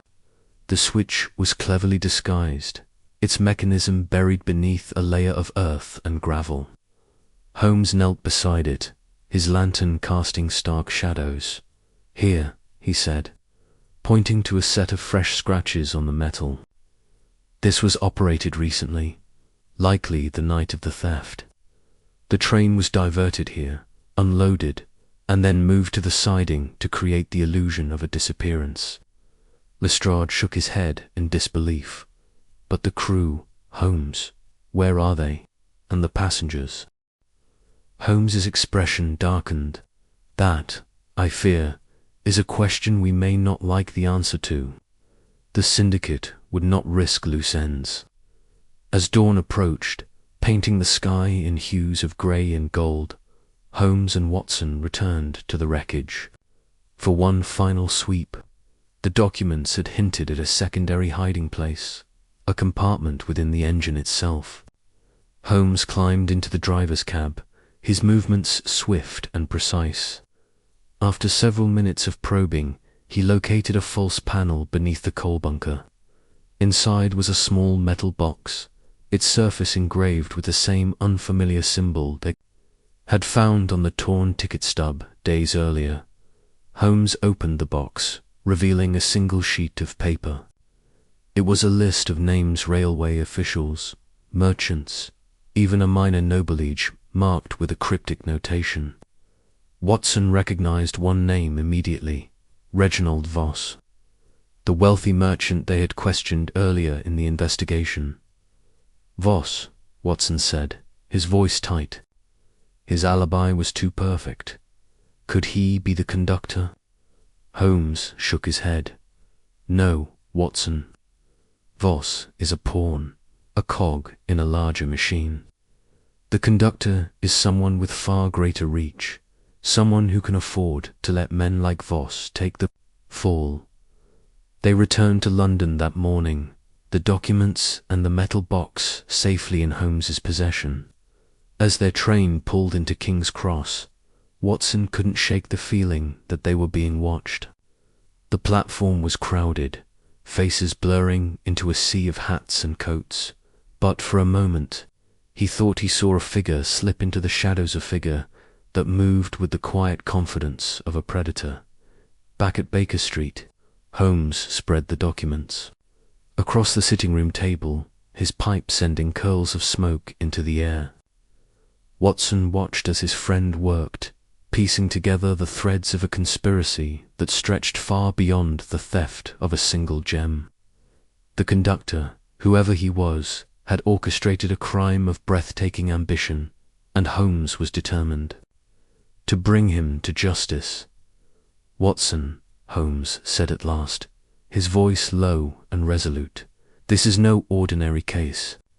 The conductor has declared war on order itself. We must be ready for what comes next. Watson nodded, his hand resting on the revolver in his pocket. Whatever lay ahead, he knew one thing for certain. With Sherlock Holmes by his side, the truth would not remain hidden for long. The days that followed were a whirlwind of activity. Holmes dispatched telegrams to contacts across London and Edinburgh, seeking information on the names listed in the metal box. He and Watson visited railway offices, interrogated clerks, and pored over schedules and signal logs. Each piece of evidence brought them closer to the syndicate. But the conductor remained a phantom, always one step ahead. One evening, as they sat in their lodgings, a knock at the door announced the arrival of a nervous young man, a railway clerk, named Thomas Harrow. He clutched a crumpled envelope, his eyes darting about as if expecting pursuit. "Mr. Holmes," Harrow stammered, "I heard you were looking into the midnight express. I found something you should see." Holmes took the envelope and extracted a single sheet of paper. It was a signal log from the night of the theft, showing an unauthorized change in the train's route. The log bore a signature, E. Crane. "Crane," Holmes murmured, his eyes narrowing. "Lady Eleanor Crane, perhaps," Watson started. "The aristocrat. But she's a darling of high society. Surely she's not involved." Holmes's smile was grim. "Society, Watson, is the perfect mask for a criminal mind. We shall pay Lady Crane a visit." Their investigation led them to a grand estate on the outskirts of London, where Lady Crane was hosting a gala. Holmes, dressed in impeccable evening attire, blended seamlessly with the guests, while Watson, less comfortable in such settings, kept a watchful eye on the crowd. Lady Crane was a vision of elegance, her laughter ringing out as she moved through the room, but Holmes's keen eye caught the faintest hint of tension in her posture, a flicker of unease when he introduced himself. "Mr. Holmes," she said, her voice smooth as silk, "what brings a man of your reputation to my humble gathering?" Holmes's smile was disarming, but his words carried a subtle edge. "Merely a matter of curiosity, Lady Crane. I am intrigued by your interest in railways." Her laughter was light, but her eyes betrayed a flash of alarm. "Railways? A dull, Subject for a lady, surely. On the contrary, Holmes replied, I find them fascinating, especially when they lead to hidden truths. The conversation was cut short by the arrival of another guest, but Holmes had seen enough. As they left the gala, he leaned close to Watson and whispered, She knows more than she admits. We must watch her closely. Back at Baker Street, Holmes's investigations intensified. He cross-referenced the signal log with other documents, uncovering a pattern of irregularities linked to Lady Crane's family estate. A disused railway line ran through the property, connecting to the hidden switch they had found near the siding. The pieces were falling into place, but the conductor's identity remained elusive. One night, as a thick fog blanketed London, Holmes received a tip from an informant, a disgraced railway engineer who claimed to know the conductor's plans. They arranged to meet in a secluded alley near the docks, but when they arrived, the man was dead, a knife in his back. In his pocket was a crumpled note, written in the same code as the documents from the train. Holmes deciphered it on the spot, revealing a single word: tunnel. The disused railway tunnel, located beneath Lady Crane's estate, became their next destination. Armed with lanterns and revolvers, Holmes and Watson ventured into its depths, the air thick with damp and decay.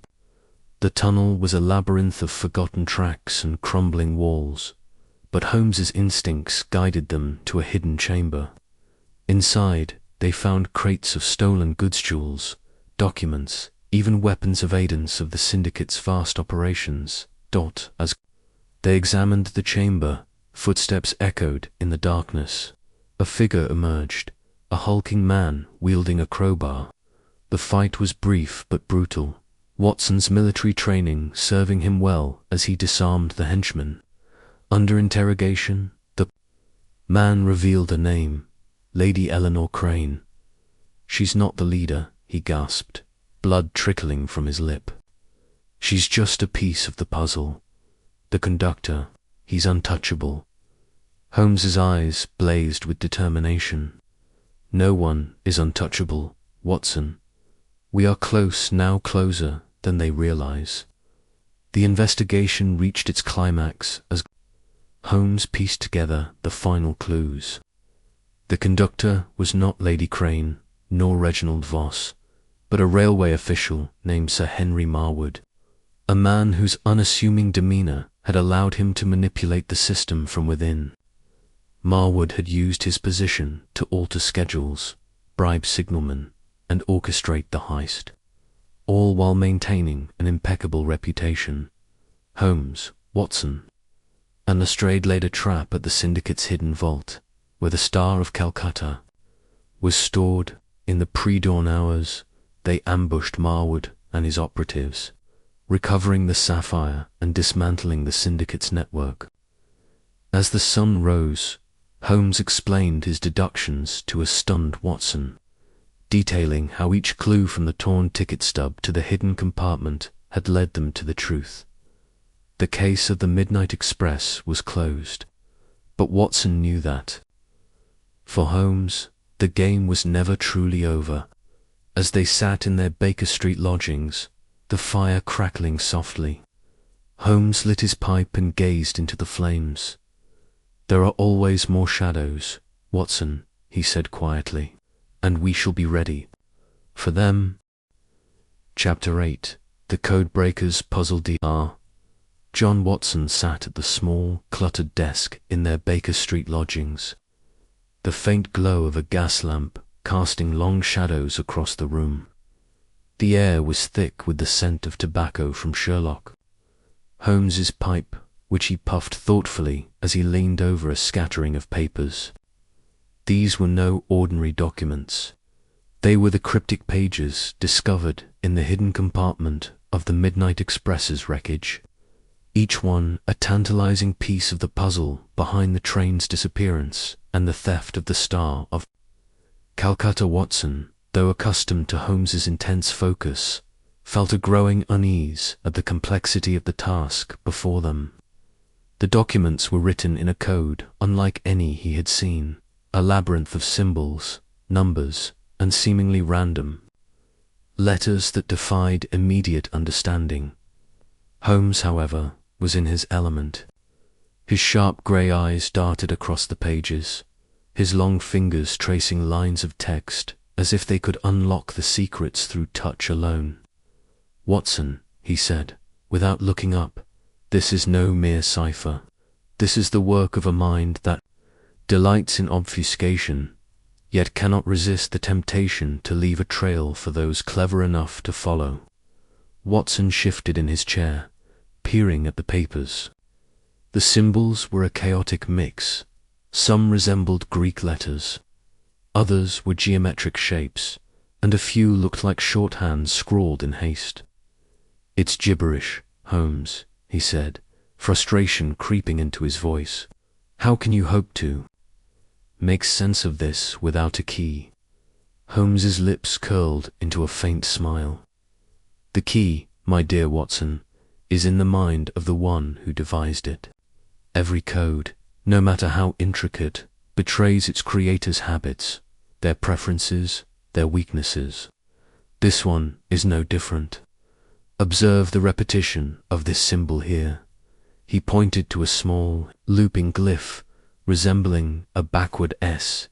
"It appears too frequently to be a mere letter, likely a null, a decoy to mislead the untrained eye." Watson frowned, trying to follow. "So, you're saying parts of this are meaningless?" "Precisely," Holmes replied, setting down his pipe. "The challenge is separating the signal from the noise. Let us begin with the structure." The documents are divided into 3 distinct sections, each with a different pattern. The first is a grid of numbers, the second a series of paired symbols, and the third a narrative-like text interspersed with these odd glyphs. Each section, I suspect, serves a different purpose in the scheme. He spread the papers out further, arranging them in a rough order. The first page was a grid, 10 rows by 10 columns, filled with numbers ranging from 1 to 99. Some cells were circled in red ink, others crossed out. The second page contained rows of paired symbols, each pair separated by a dash, like a codebook's key-value pairs. The third was the most perplexing, a handwritten text in English, but every few words were interrupted by those strange glyphs, rendering the sentences incomplete. Holmes began with the grid. "This is a transposition cipher, Watson. The numbers represent positions in a text, likely mapping to letters or words. The circled numbers may indicate the correct sequence, while the crossed-out ones are distractions." He took a pencil and began jotting down notes, cross-referencing the numbers with a mental alphabet. Watson watched, marveling at the speed of his friend's calculations. After an hour, Holmes leaned back, a gleam in his eye. The grid yields a phrase, "Divert at midnight," a clear instruction, likely referring to the train's rerouting. But it's too simple for the mastermind behind this. This is merely the first layer. He turned to the paired symbols. These resemble a substitution cipher, but the pairs suggest a Polybius square or a variant. Each symbol pair could represent a letter, with the first symbol indicating the row and the second the column in a 5 by 5 grid. He sketched a square, filling it with the alphabet, omitting J to fit the 25 spaces. "Let's test it. The first pair is this looping glyph and a triangle. If we assume the looping glyph is row 1 and the triangle column 3, we get C." For the next several hours, Holmes and Watson worked through the pairs, decoding them into a string of letters. The result was a jumbled mess. "St. Ectervumston," Holmes frowned, tapping his pencil. "An anagram, perhaps." Rearrange the letters, and we get the conductor's M. The M is incomplete. likely move or map. This confirms the existence of a figure called the conductor, orchestrating the heist. Watson rubbed his temples. But what about the third section? Those glyphs in the text make it unreadable. Holmes nodded, turning to the narrative page. This is the heart of the puzzle, Watson. The text appears to be a decoy, a story about a fictional journey, but the glyphs are the true message. Notice how they appear at regular intervals, every fifth word. This suggests a skip cipher, where only the glyphs matter. He began extracting the glyphs, writing them in sequence. They formed a new string of symbols, which he cross-referenced with the paired symbols from the second page. As dawn crept through the curtains, Holmes's efforts bore fruit. The glyphs translate to tunnel switch vault. Combined with the earlier findings, we have a clear picture. The train was diverted at midnight via a secret switch in a tunnel, and the sapphire is hidden in a vault. The conductor planned every detail, from the diversion to the concealment. Watson leaned forward, his exhaustion forgotten. But where is this tunnel, and who is the conductor? Holmes stood, pacing the room. The tunnel must be near the point where the train vanished, likely a disused spur line. As for the conductor, the documents suggest a railway official with intimate knowledge of schedules and infrastructure. We need to investigate the railway company's personnel, focusing on those with access to signal systems. The rest of the morning was spent cross-referencing railway records, obtained from Lestrade's contacts at Scotland Yard. Holmes pored over employee files, pausing at one name, Edward Grayson, a senior signalman with a spotless record. Too spotless, Holmes murmured. A man in his position could manipulate signals without arousing suspicion. And look here, Watson was on duty the night the Midnight Express vanished. Watson's eyes widened. You think he's the conductor? It's a hypothesis, Holmes said, but a compelling one. We must visit the railway yard and examine the signal logs. If Grayson altered the switches, there will be traces, however subtle. The journey to King's Cross was swift, the early morning streets quiet, save for the clatter of their hansom cab. At the railway yard, Holmes's demeanor shifted to one of intense focus. He inspected the signal box, a cramped room filled with levers and telegraph equipment. The logbook, neatly kept, showed no obvious irregularities, but Holmes is keen. I caught a discrepancy, a signal change at 11:58 p.m., just before the train's disappearance. Was recorded in a slightly different handwriting. Grayson's hand, Holmes said, comparing it to a sample from the employee records. He altered the switch to divert the train, then covered his tracks by falsifying the log. But he couldn't resist signing his work, however subtly. Watson marveled at the deduction. So, the tunnel is the key. But where is it? Holmes pulled a map of the railway network, tracing the line from the last known stop. Here, he said, pointing to a disused spur near Finsbury Park. An old maintenance tunnel, abandoned years ago.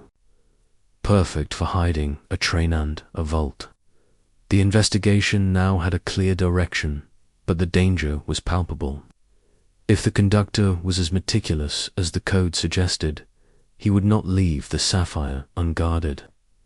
Holmes and Watson prepared for their next move, aware that the syndicate would not hesitate to kill to protect its secrets. As they left the yard, Holmes's mind was already racing ahead.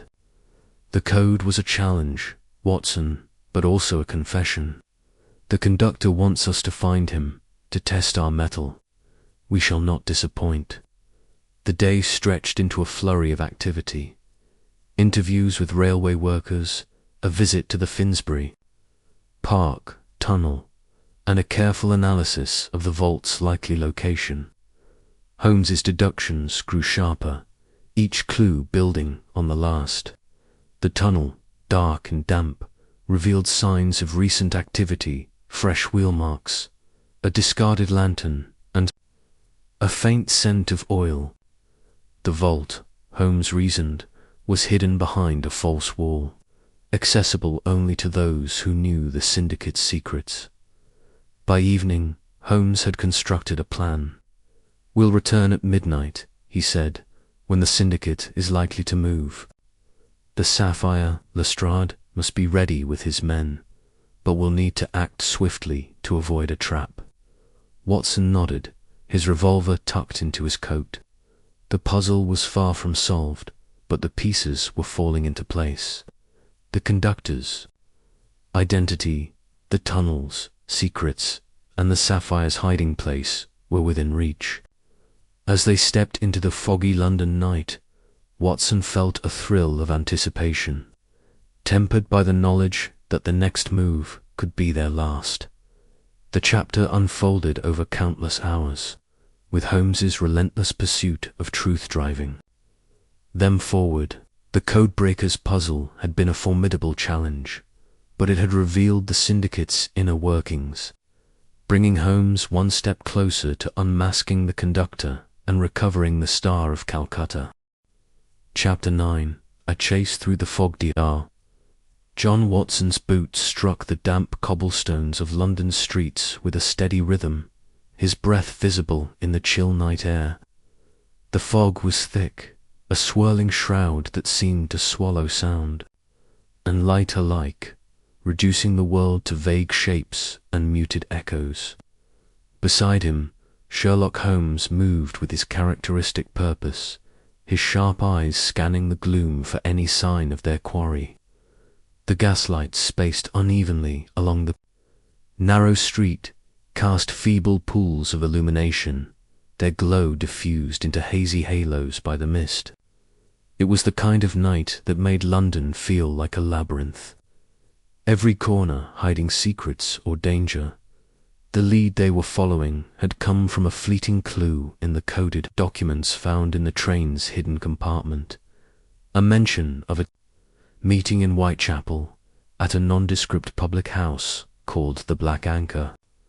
The documents had been maddeningly vague, but Holmes had seized upon a single phrase: "The fog will hide the exchange," and deduced that tonight, under the cover of this impenetrable mist, the syndicate would make their next move. The conductor, that shadowy mastermind, remained elusive, but Holmes was certain that whoever they were chasing tonight was a vital link in the chain. "Keep your wits about you, Watson," Holmes murmured, his voice low but clear, cutting through the muffled silence. "Our man is close.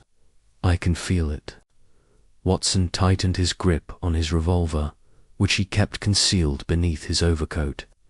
He had long since learned to trust Holmes's instincts, which seemed to operate on a plane beyond ordinary perception. Yet the fog was disorienting, and the weight of their pursuit pressed heavily on him. The syndicate's ruthlessness had been made abundantly clear by the narrow escape they'd had at the deserted station, where a well-aimed bullet had grazed Watson's sleeve. Whoever they were chasing was no petty thief. This was a professional, and dangerous. They had been tracking their suspect since dusk, when Holmes had spotted a man matching the porter's description of the shadowy passenger: tall, lean, with a dark overcoat and a low-brimmed hat that obscured his face. The man had slipped out of a boarding house near King's Cross, moving with the cautious grace of someone who knew they might be followed.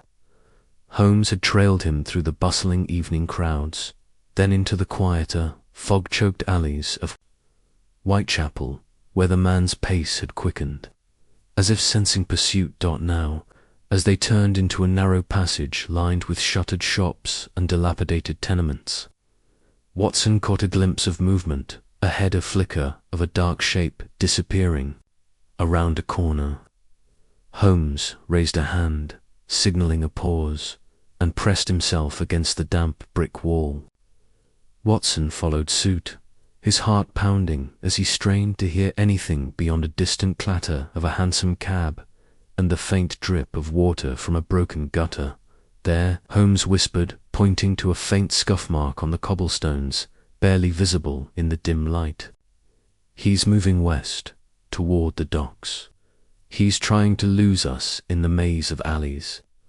Watson nodded, though he could barely make out the mark Holmes had indicated. His friend's ability to find meaning in the smallest details never ceased. "To amaze him. What's his goal?" Watson asked, keeping his voice low. "If he's part of the syndicate, why risk being seen in the open?" Holmes's eyes gleamed with intensity. "He's a courier, Watson. The document suggested an exchange, likely the sapphire itself or information critical to its transfer. The conductor is too clever to handle such matters personally. This man is a pawn, but a vital one. If we can catch him, we may unravel the next thread of this conspiracy." Without another word, Holmes moved forward, his long strides silent despite the slick stones underfoot. Watson followed, his senses heightened, every shadow seeming to pulse with potential threat. The alley opened into a wider street, where the fog was even denser, curling around the skeletal shapes of lampposts and the looming bulk of a warehouse. Somewhere in the distance, a ship's horn moaned, a reminder of the nearby Thames and its ceaseless activity. Even in the dead of night, a sudden clatter broke the silence, a crate tipping over, followed by the rapid patter of footsteps. Holmes sprang forward, his coat flapping like a dark wing as he gave chase. Watson cursed under his breath and ran after him, the fog swallowing Holmes's form almost immediately. The sound of footsteps echoed confusingly, bouncing off the walls, making it impossible to pinpoint their source. Watson's lungs burned as he pushed through the mist, his eyes straining for any sign of his friend or their quarry. "Holmes," he called, his voice muffled by the fog. No answer came, but a sharp whistle, Holmes's signal, pierced the air from somewhere to his left. Watson veered toward it, nearly colliding with a stack of barrels as he rounded a corner. The alley was narrower here, the walls closing in, slick with moisture and grime. The air smelled of coal, dust, and the faint tang of the river. Ahead, he caught a glimpse of Holmes, his silhouette darting between two buildings. The suspect was just visible beyond him, a dark figure sprinting with desperate speed.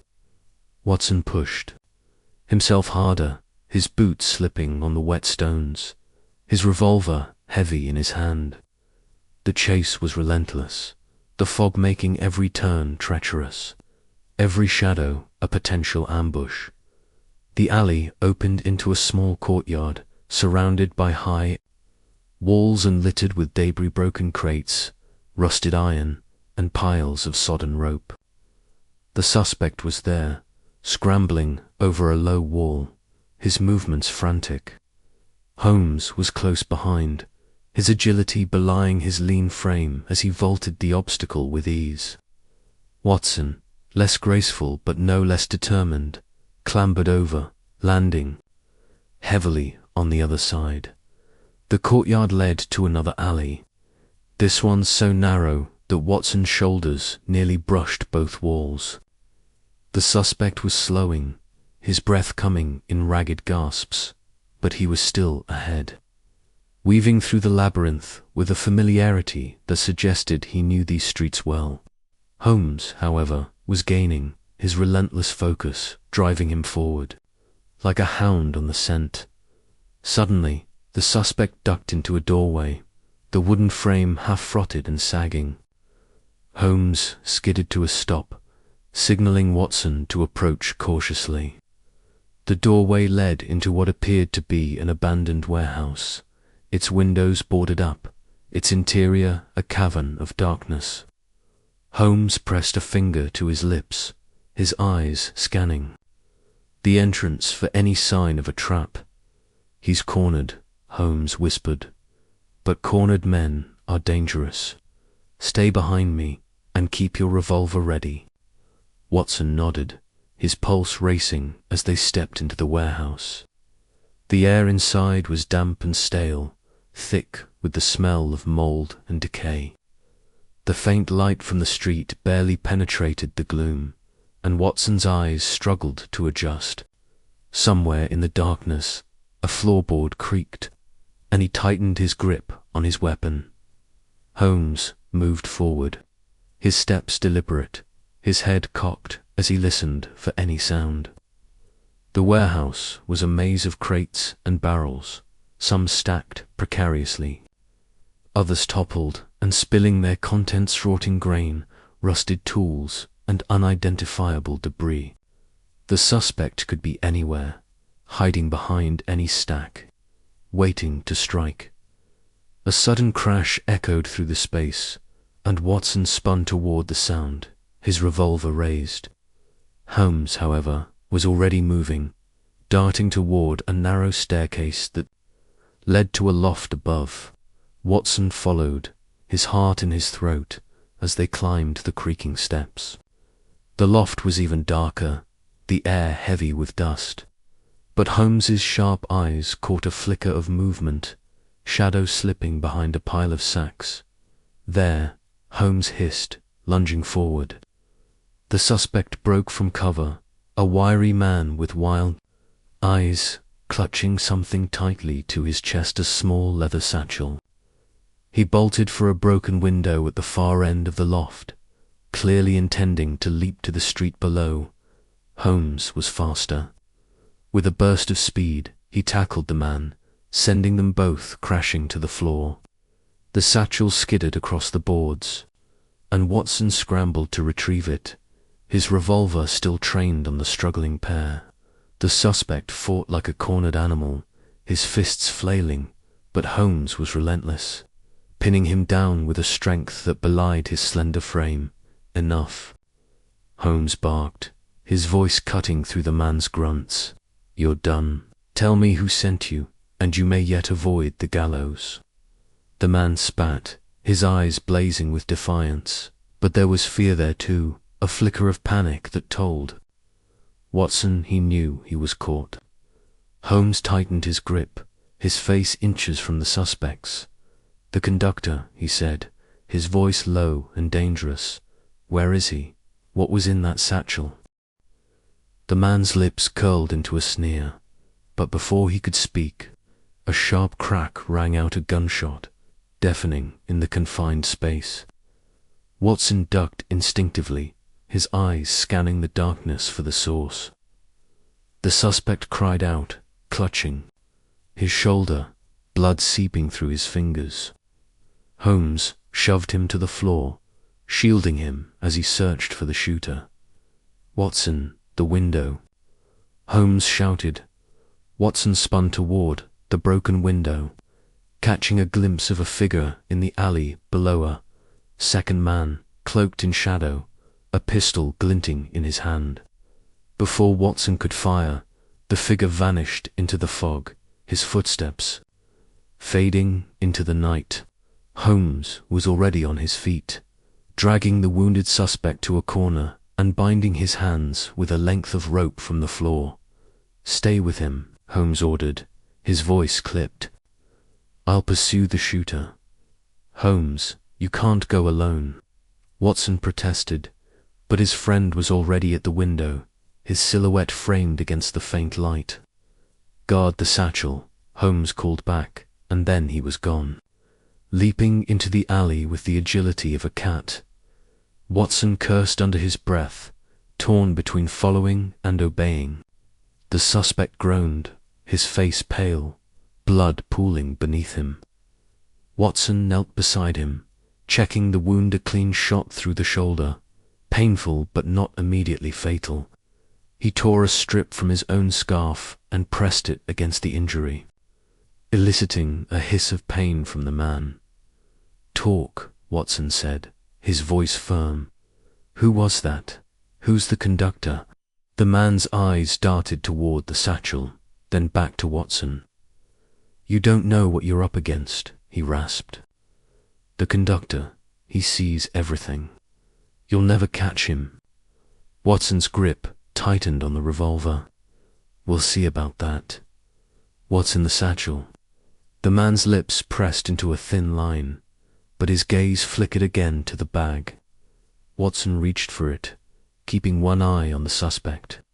The satchel was heavy, its leather worn but sturdy. Inside, he found a bundle of papers, a small vial of what appeared to be ink, and most curiously a brass key, intricately engraved with the same unfamiliar symbol they'd seen on the torn ticket stub. Before Watson could examine the contents further, a shout echoed from the alley below Holmes's voice, sharp with urgency. Watson secured the satchel over his shoulder and dragged the suspect to his feet, ignoring his groans of protest. Move, he ordered, half carrying the man down the stairs and out into the fog. The alley was chaos. Holmes was grappling with a second figure, their forms blurred in the mist. Watson shoved the suspect against a wall, his revolver raised, but the fog made it impossible to get a clear shot. Holmes landed a solid blow, and the second man stumbled, then turned and fled, disappearing into the gloom as quickly as the first. Shooter had Holmes was breathing heavily, a rare sign of exertion, but his eyes were alight with the thrill of the chase. Did you secure the satchel? He asked, his voice steady despite the fight. Watson nodded, patting the bag. And the suspect. He's wounded, but he'll live. What about the shooter? Gone, Holmes said, his tone laced with frustration. But not far. The fog is their ally, but it won't hide them forever. They returned to the suspect, who was slumped against the wall, his face ashen. Holmes crouched before him, his gaze piercing. You've one chance to save yourself, he said. Tell me where the conductor is, and I'll see to it that Lestrade shows leniency. The man laughed, a weak, bitter sound. You think you can scare me? The conductor will have my head if I talk. And yours, too. Holmes's expression didn't waver. Then you'll hang for him instead. A poor trade, I'd say. The man's defiance faltered, his eyes darting between Holmes and Watson. Finally, he slumped further, the fight draining. Out of him, the tunnel, he muttered. Disused railway tunnel, near Blackwall. That's all I know. Holmes stood, his face unreadable. We'll see if you're telling the truth. He turned to Watson. We need to get him to Lestrade, and that satchel its contents may hold the key to the next stage of this game. As they hauled the suspect through the fog, Watson couldn't shake the feeling that they were being watched. The syndicate was vast, its reach extending into every shadow of London. The conductor was out there, pulling strings, and tonight's chase had only brought them closer to a confrontation that promised to be far more dangerous. The fog thickened as they reached the main road, where a police wagon waited, summoned by Holmes's earlier signal. Lestrade's men took the suspect into custody, and Holmes handed over the satchel with strict instructions to keep it secure. As the wagon rattled away, Watson glanced at his friend, whose face was set in a mask of determination. What now? Watson asked, his voice hoarse from the night's exertions. Holmes's lips curved into a faint, grim smile. Now, Watson, we follow the trail to the tunnel. The conductor is waiting, and I intend to meet him. The fog closed around them as they set off, the city a maze of secrets and dangers, and Watson knew that the game was far from over. Chapter 10. The Informant's Betrayal. John Watson sat in the dimly lit confines of 2-1B Baker Street. the familiar scent of pipe tobacco and old books mingling with the faint dampness of a London evening. The fire crackled in the hearth, casting flickering shadows across the room, where Sherlock Holmes stood hunched over a cluttered table, his long fingers sifting through a pile of papers. The case of the Midnight Express and the stolen Star of Calcutta had consumed Holmes for days, and Watson, though accustomed to his friend's relentless focus, felt the weight of their latest lead pressing heavily upon them. The investigation had taken a grim turn. Earlier that day, a man named Thomas Grimsby, a shifty-eyed dock worker with a penchant for eavesdropping, had contacted Holmes through a hastily scrawled note. Grimsby claimed to possess vital information about the conductor, the elusive mastermind behind the train's disappearance. His note, delivered by a street urchin to their doorstep, was curt. "Meet me at the Black Anchor, Wapping, 9 p.m. I know who runs the show. Come alone." Holmes, of course, had no intention of going alone, and Watson, ever the loyal companion, had insisted on accompanying him despite the late hour. The Black Anchor was a seedy public house nestled among the warehouses of Wapping, its grimy windows glowing faintly against the fog-choked night. As Holmes and Watson approached, the distant clatter of dock cranes and the lapping of the Thames against the wharves filled the air. The pub's interior was a haze of smoke and sour ale, its patrons a rough assortment of sailors, dockhands and ne'er-do-wells. Grimsby was waiting in a shadowed corner, his cap pulled low, his fingers nervously twisting a chipped glass. "Mr. Holmes," Grimsby muttered, his voice barely audible over the din. His eyes darted toward the door. "I ain't got long. There." "Watchin'? Who's watching?" Holmes asked, his tone sharp but calm as he slid into the booth opposite the man. Watson took a seat beside him, his hand resting near the revolver in his coat pocket. "Them that runs the job," Grimsby said, leaning forward. "The conductor's got eyes everywhere. I heard things, things I wasn't supposed to, about the train, the sapphire, all of it." "Speak plainly, man," Holmes pressed, his eyes narrowing. "What do you know of the conductor?" Grimsby hesitated, glancing at Watson as if weighing whether to trust them both. "I don't know his face, but I know he's high up. Someone with pull, not just some street thug. I heard a name crane, that's all I got. They meet in secret, down by the old railway tunnel near King's Cross. But you didn't hear it from me." Holmes leaned back, his fingers steepled. "Crane, you say? And this tunnel, when do they meet?" "Tonight," Grimsby whispered, his voice trembling. "Midnight. But you gotta be careful, Mr. Holmes. They'll kill me if they know I talked. Rest assured, your name will not pass our lips," Holmes said, though his gaze was already distant, piecing together the implications of Grimsby's words. "You've done well, Mr. Grimsby. Leave now, and keep to the shadows." Grimsby nodded, draining his glass and slipping out of the booth. He cast one last wary glance around the pub before disappearing into the night. Watson watched him go, a knot forming in his stomach. "Do you trust him, Holmes?" he asked quietly. "Trust is irrelevant," Holmes replied, rising. "His information is either true or a trap. Either way, it leads us closer to the truth. Come, Watson, we have preparations to make." The fog had thickened by the time they reached King's Cross, its tendrils curling round the gas lamps like ghostly fingers. The disused railway tunnel Grimsby had mentioned was a relic of London's early rail network, abandoned after newer lines rendered it obsolete.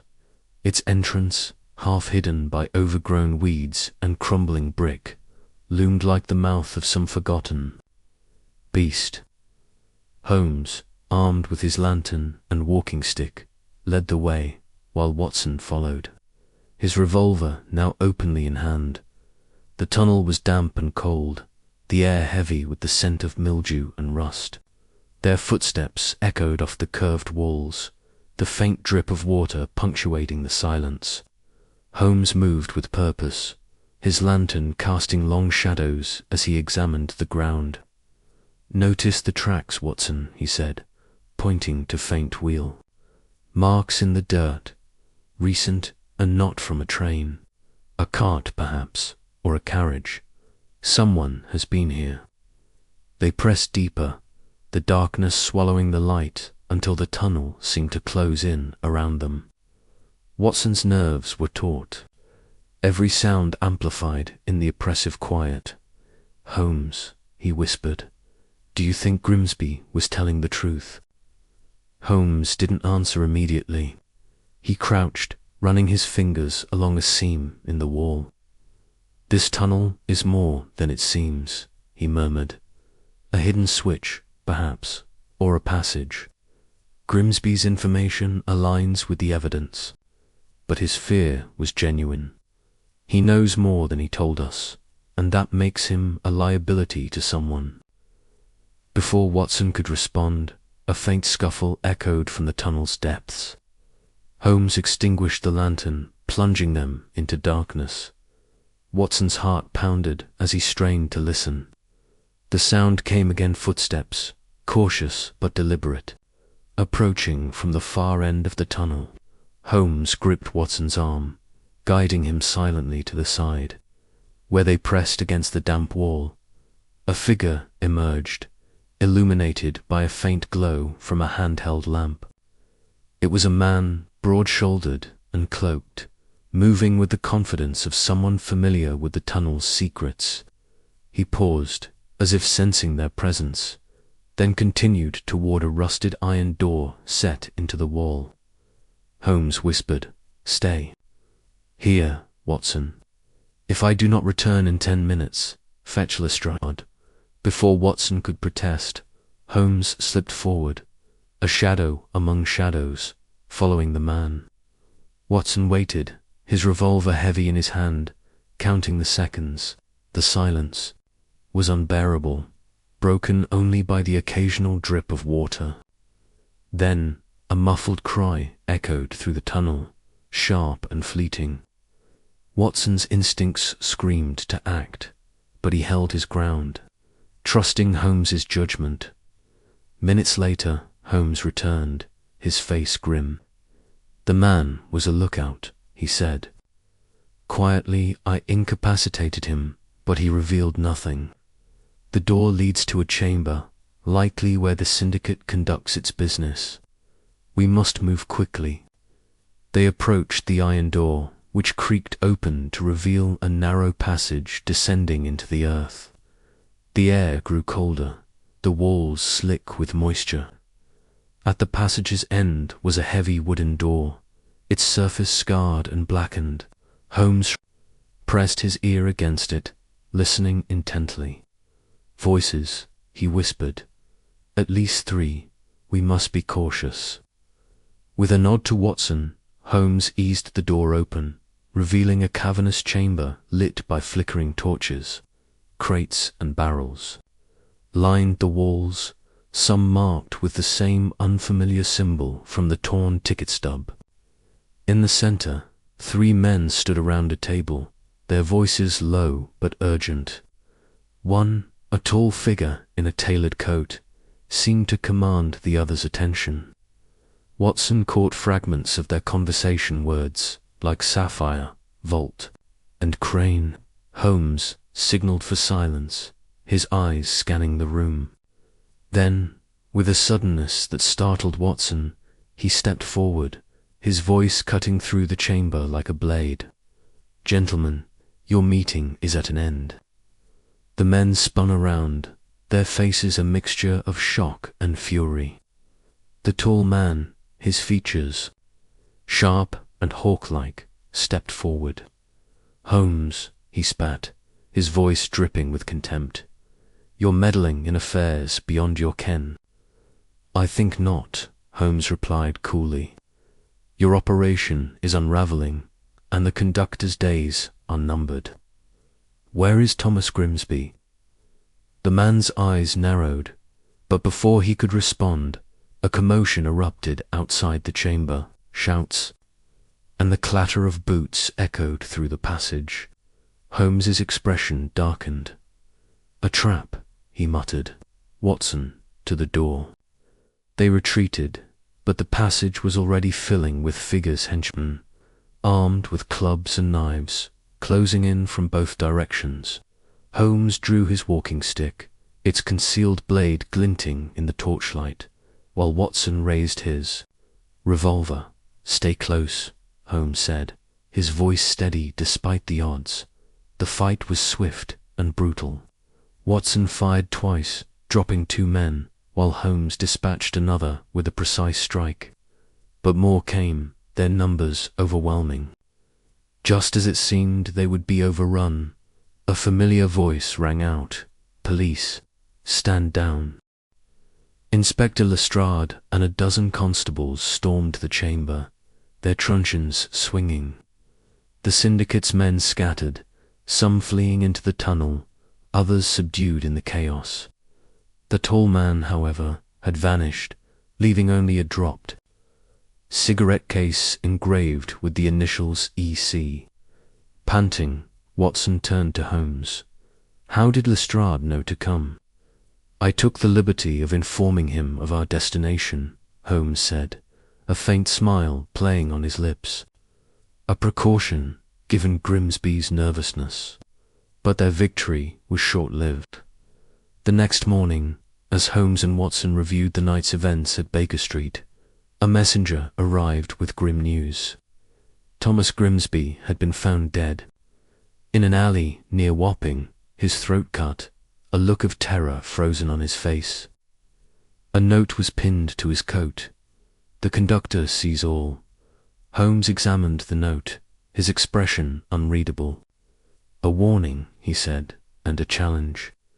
The conductor is tightening their grip, but this murder betrays their desperation."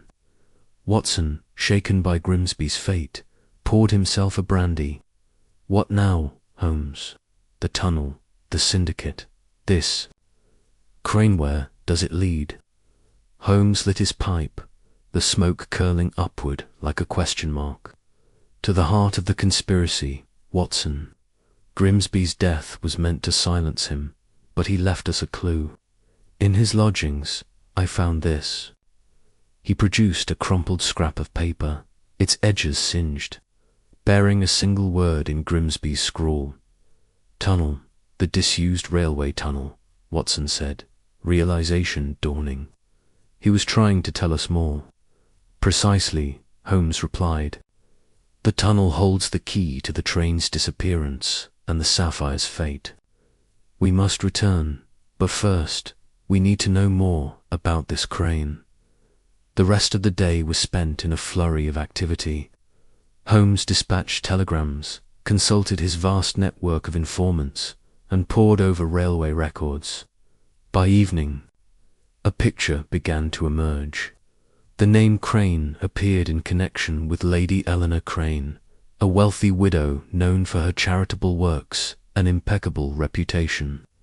Yet Holmes's instincts told him her public persona was a facade, a mask, concealing her ties to the syndicate. "Lady Crane," Watson said, incredulous. "A woman of her standing, involved in this. Power and wealth are no strangers to crime, Watson," Holmes replied. "If she is the conductor, or even a key player, her influence explains the operation's sophistication. We must tread carefully." As night fell, Holmes and Watson prepared for their next move. The tunnel, the syndicate, and the mysterious Lady Crane loomed large in their minds. Grimsby's betrayal, whether by choice or coercion, had cost him his life, but it had also brought them closer to the truth. Holmes's eyes gleamed with determination as he donned his coat. "Come, Watson," he said. "The game is afoot, and the stakes have never been higher." The streets of London were shrouded in fog as they set out, the city's pulse a distant thrum beneath the weight of their mission.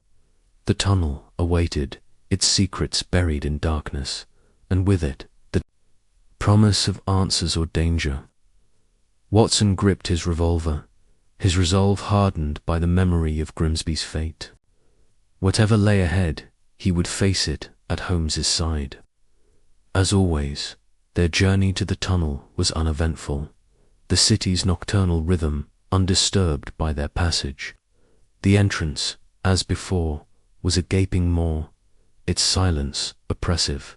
Holmes lit his lantern, its beam cutting through the gloom. "Stay alert, Watson," he said. "The conductor knows we're coming." They moved deeper, the air growing colder, the walls closing in. The faint wheel marks were still visible, but new tracks had joined them fresh, as if made within hours. Holmes paused, examining a section of the wall. "Here," he said, pressing against a seemingly solid panel.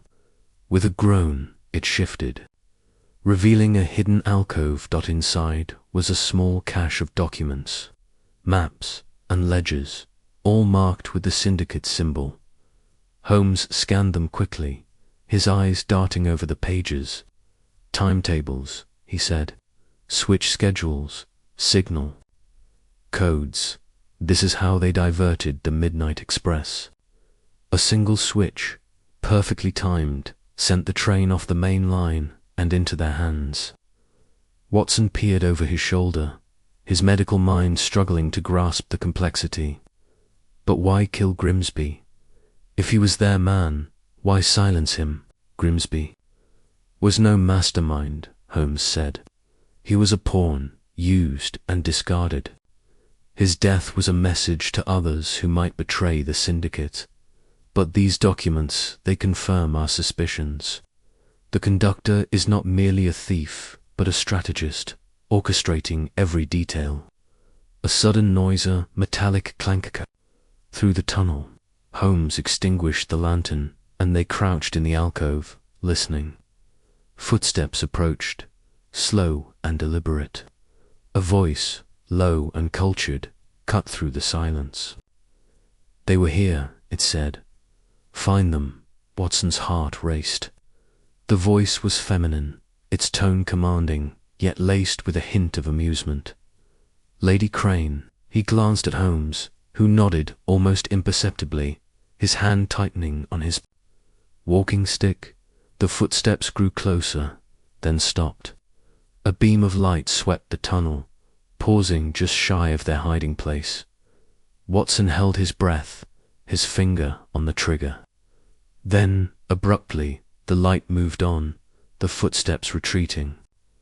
"They've gone," the voice said, fainter now, "but they'll be back." Holmes waited until the silence returned before speaking. "That was her," he said. "Lady Crane, or someone acting on her orders. We're close, Watson, closer than they realize." They gathered the documents and retraced their steps, emerging into the foggy night. The city seemed to watch them, its secrets buried in the mist. Back at Baker Street, Holmes spread the papers across the table, his mind racing. The ledgers detailed payments to railway officials. The maps showed hidden sidings, and the timetables revealed a pattern of diversions stretching back months. "The conductor has been planning this for years," Holmes said, his voice low. "The Midnight Express was merely the culmination, the sapphire their prize. But Lady Craneshee's the key. Her wealth, her connections, her access to the railway's inner workings." Watson frowned. "But how do we prove it?" "She's untouchable." "Holmes, a lady of her stature. No one is untouchable." Holmes interrupted, his eyes blazing. "Tomorrow we attend her gala. She's hosting a charity event at her Mayfair estate. It's the perfect opportunity to observe her, perhaps even confront her." The gala was a glittering affair, the grand ballroom of Lady Crane's mansion, filled with London's elite. Crystal chandeliers cast a warm glow over silk gowns and tailored suits, the air alive with laughter and music. Holmes, dressed impeccably, moved through the crowd with ease, his eyes scanning for their target. Watson, less comfortable in such settings, stayed close, his senses alert. Lady Eleanor Crane was a vision, her auburn hair swept up in an elegant chignon, her emerald gown shimmering as she greeted her guests. Her smile was radiant, her manner gracious, but Watson caught a flicker of something calculation, perhaps in her eyes, as she met Holmes's gaze. "Mr. Holmes," she said, extending a gloved hand, "an unexpected pleasure. I've heard much of your exploits." "And I of yours, Lady Crane," Holmes replied, his tone polite but probing. "Your charitable works are renowned, yet I wonder if your interests extend to ... other ventures." Her smile didn't falter, but her eyes hardened. "You're as enigmatic as they say," she said lightly. "Perhaps we might discuss philanthropy over champagne." Holmes inclined his head, and they followed her to a quieter corner of the ballroom. The conversation was a dance of words, each probing the other's intentions. Lady Crane was charming, deflecting Holmes's questions with ease, but Watson sensed the tension beneath her composure. As the evening wore on, Holmes slipped away, leaving Watson to keep Lady Crane occupied. He returned an hour later, his expression unreadable. "Her study," he whispered to Watson. "I found correspondence letters to a railway official, signed with the syndicate symbol. She's involved, but not the conductor. She's a lieutenant, nothing more." "Then who?" Watson asked, frustration creeping into his voice. "We're close," Holmes said. "The documents from the tunnel, the letters, they point to someone higher, someone with absolute control over the railway. Tomorrow we return to the tunnel. The final piece awaits." The next day, as dawn broke over London, Holmes and Watson stood once more at the tunnel's entrance. Lestrade and his men were on standby, ready to move at Holmes's signal. The air was thick with anticipation, the weight of Grimsby's death and the syndicate's reach pressing down on them. Inside, they found a hidden alcove undisturbed, but a new addition caught Holmes's eye, a small, locked box tucked behind a crate. With deft fingers, he picked the lock, revealing a single sheet of paper, railway schedule, annotated with precise times and a name. "Charles Mortimer, Chief Signalman." "Mortimer," Holmes said, his voice triumphant. "The conductor, a man with the power to manipulate every signal, every switch, from the heart of the railway network." Watson stared at the paper, the pieces falling into place. "And Lady Crane, a facilitator," Holmes said. "Her wealth and influence provided cover, but Mortimer is the architect. We must act swiftly." They returned to Baker Street, where Holmes drafted a plan. Mortimer's office was at the heart of King's Cross Station, a hub of activity where his authority went unquestioned. With Lestrade's help, they would confront him at dawn, when the station was quiet and the syndicate's vault hidden beneath the station was vulnerable. The operation was a masterpiece of precision. As the first light of dawn crept over the city, Holmes, Watson, and Lestrade's men surrounded Mortimer's office. The man himself, a wiry figure with a pinched face, was caught off guard, his desk littered with incriminating documents. The vault, accessed through a hidden trapdoor, yielded the Star of Calcutta, its facets gleaming in the lantern light. Mortimer's defiance crumbled as Holmes laid out the evidence, the documents, the tunnel, the payments to Grimsby and others. You underestimated me, Holmes said, his voice cold. And you overestimated your own cunning. Lady Crane was arrested later that day, her composure finally breaking as she was led away. The syndicate's network unraveled, its members scattered or captured. At Baker Street, Holmes sat by the fire, the sapphire safe in Lestrade's custody, his pipe sending curls of smoke into the air. Watson, nursing a bruised shoulder from the tunnel fight, shook his head. How did you know, Holmes? Grimsby, the tunnel, Mortimer, of it. Holmes smiled faintly. Observation, Watson. The world is full of patterns, if one knows where to look. Grimsby's fear, the tunnel's secrets, Lady Crane's poised, they were all threads in the same tapestry. I merely followed them to their source. As the fire crackled and the city awoke, Watson felt a familiar awe for his friend's genius. The Midnight Express was a memory, its mystery solved, but the game, as Holmes would say, was always afoot.